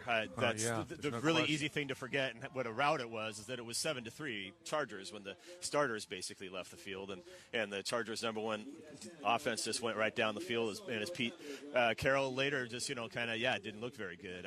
He didn't really throw a lot of excuses out there about it, or obviously it's Phillip Rivers and all that, but they're gonna have to play against. They're not playing against Kellen Clemens once the regular season starts. So they would definitely like to see the number 1 defense get off the field a time or two. Okay. Boys, thank you. Thank you very much. Thanks for stopping by. A little mini 12th man roundtable with Greg Bell. Follow him on the Tacoma News Tribune. Read his work online and on Twitter. And, of course, Bob Condotta, the Seattle Times. These 2 guys do it better than anybody else. Thank you, guys. Thanks very, very much. Thank you. All right, we appreciate it. There's the guys. Joining us on the 12th Man Roundtable, little mini daily edition live from the VMAC as we continue with Hugh Breedlove Millen and sunny skies at the VMAC on 950 KJR. Here come the 12th man. The 12th man has arrived. Sports Radio 950 KJR has teamed up with Target Zero and Shuttle Express to bring you the ultimate ticket giveaway. Log on to sportsradiokjr.com and enter for a chance at a pair of tickets to 5 events and 6 black car round trips, all for 1 winner. Just enter and you could be on your way to see the Eagles, the Doobie Brothers, Katy Perry, or your local football team, local pro baseball team, your local collegiate football team, plus get in there. I think I know the team, so why don't we say the Seahawks, or maybe I'm not allowed to say I don't know that. if we're supposed to. Okay. Target Zero and Shuttle Express would help. All right, Maybe your local just read what it teams. says. A great and safe time enjoying the best of the Northwest. Just remember, drunk, drugs, or high, it's a DUI, Tiger. So always travel safely. Plus, what if you're listening to this station and maybe the local team isn't your team? Maybe the Cougars are. That's true. Yeah. Maybe the, maybe Gonzaga is. Hugh. Maybe it's both, like some people. Hugh, there was big fan. There was an old cartoon, and I'm gonna butcher this. I know I shouldn't even go this way, but there was a cartoon like on Saturdays about a singing frog. Do you guys remember a singing frog? Yeah, cartoon. Hello, my darling. Hello, my ragtime You know what I'm talking about? Muppets? Yeah, no, it was Bugs Bunny. It was on Bugs Bunny. No, there was a dancing cartoon. Yes, it was frog, a singing frog. It was on the Bugs Bunny show. And then every time somebody would look, he would just be a frog. Yep. Ribbit. And then you'd look away, and he's like, "Hello, my darling." And he'd dance, and he'd have a top hat. Yeah. You know why I bring that up? Because if Trevon Boykin goes out here and sucks again today. No, he's the frog. He's the frog. Every time we go out here and practice, he's throwing the ball to the defense. He's making like he's never played the quarterback position. Then he gets into the preseason game. Hello, my darling. Hello, my darling. Hello, my right? He's the frog. He's the frog. He is. What the hell's going on? Pigeonholing himself into a very enviable position, which is. Doesn't matter how bad I stink at practice. Allen Iverson. We're talking about practice. Yeah. Oh, God. Jeez, is he not the singing frog or not? We touched on that before the game. There's just a belief that... Hello, my ragtime gal. That's the frog. Baby, my heart's on fire. If you refuse me, honey, you lose me. Then you'll be left alone. Oh, baby, telephone and tell me I'm your own. Ribbit. What? Because Bugs looks at him and then he just stops. Yeah, every time they look at him. He's going to ribbit today, huh? He's going to ribbit today. He's going to ribbit today. And then on Friday, he's going to, hello, my darling. He would do the whole thing on Friday night with the Minnesota Vikings. I'm telling you. What the hell? What the hell with that guy? Anyway, what are you going to be watching for in practice? Anything in practice today after seeing him play? Now that you've seen him play once or twice, or you've seen him play once. That Wilhoit. You like that Michael Wilhoit. Running around making plays. Does he play the Bruce Irvin position, or does he play some other? Well, he does both. KJ he Wright. Played Sam. He started as Sam, and then he plays some Mike. I don't know. He just my kind of linebacker. I mean, he's stout, he's agile in space, he's aggressive. That hit that he caused on the interception, I mean, I'm slowing that thing down, and there's the instruction you give on young guys in terms of flat backing and being able to get real low, keep your back, parallel to, and then but still have your head up. I mean, he got himself into a position that's supposedly textbook. Now, you could argue that maybe his foot you'd want to lead with the same as the shoulder, but that's nitpicking. That the moment of impact with his head up and as low as he was, and how his ankles and his knees bent. I mean, that's just like stuff, right out of a manual on how to hit somebody. How about Garvin? Not as much. I like him. He didn't jump out at me as much. But most of what I saw sounds like you like their linebackers. The problem, and you asked me why am I going to watch him? I liked Will Hoyt, but I liked him as a second-level player. When they play the under front in their base defense, they slide their forward defensive linemen towards the weak side of the formation. That necessitates putting the Sam on the line of scrimmage. Yeah. So I want to see, he only had a couple of reps, a few reps where he was actually playing as a first-level defender as the Sam in an underfront. So I want to see more of him, because somebody's got to take that job. They've been telling us how competitive the Sam linebacker position is. And, I just kind of want to see if he can play, over a tight end the way he was playing in space the other night. Because that linebacker spot, is the Sam the one that Irvin played? Mm-hmm. So that Sam linebacker spot is kind of interconnected with what we've been talking about all morning, which is the nickel corner. Yeah. Right? Yeah. The nickel corner, one of those guys is typically on the field and one of those guys is not. And so we're talking about both of those, the health of those positions, not in terms of literally, figuratively speaking, the health of those positions on the Seahawks roster. Well, they're blessed that they have in KJ and in Bobby two guys that can just stay in the game all the time. Right. And for KJ at 6'3.5", to be able to do what he does in space and play man-to-man and cover guys, and we talked about him, in man-to-man against Darren Sproles. I mean, that guy's he's a talented guy, underrated, KJ. But it's the other linebacker. And as he doesn't said, like the underrated. Don't say underrated. Yeah, Stop saying underrated. He gets mad. He bristles at underrated. He really doesn't like underpaid. He doesn't like that part. That's what he hates more. All right, that's enough. Let's go look at the frog. Let's go see if the frog is going to ribbit today or dance and sing on 950 KJR. Chuck and Pucker next.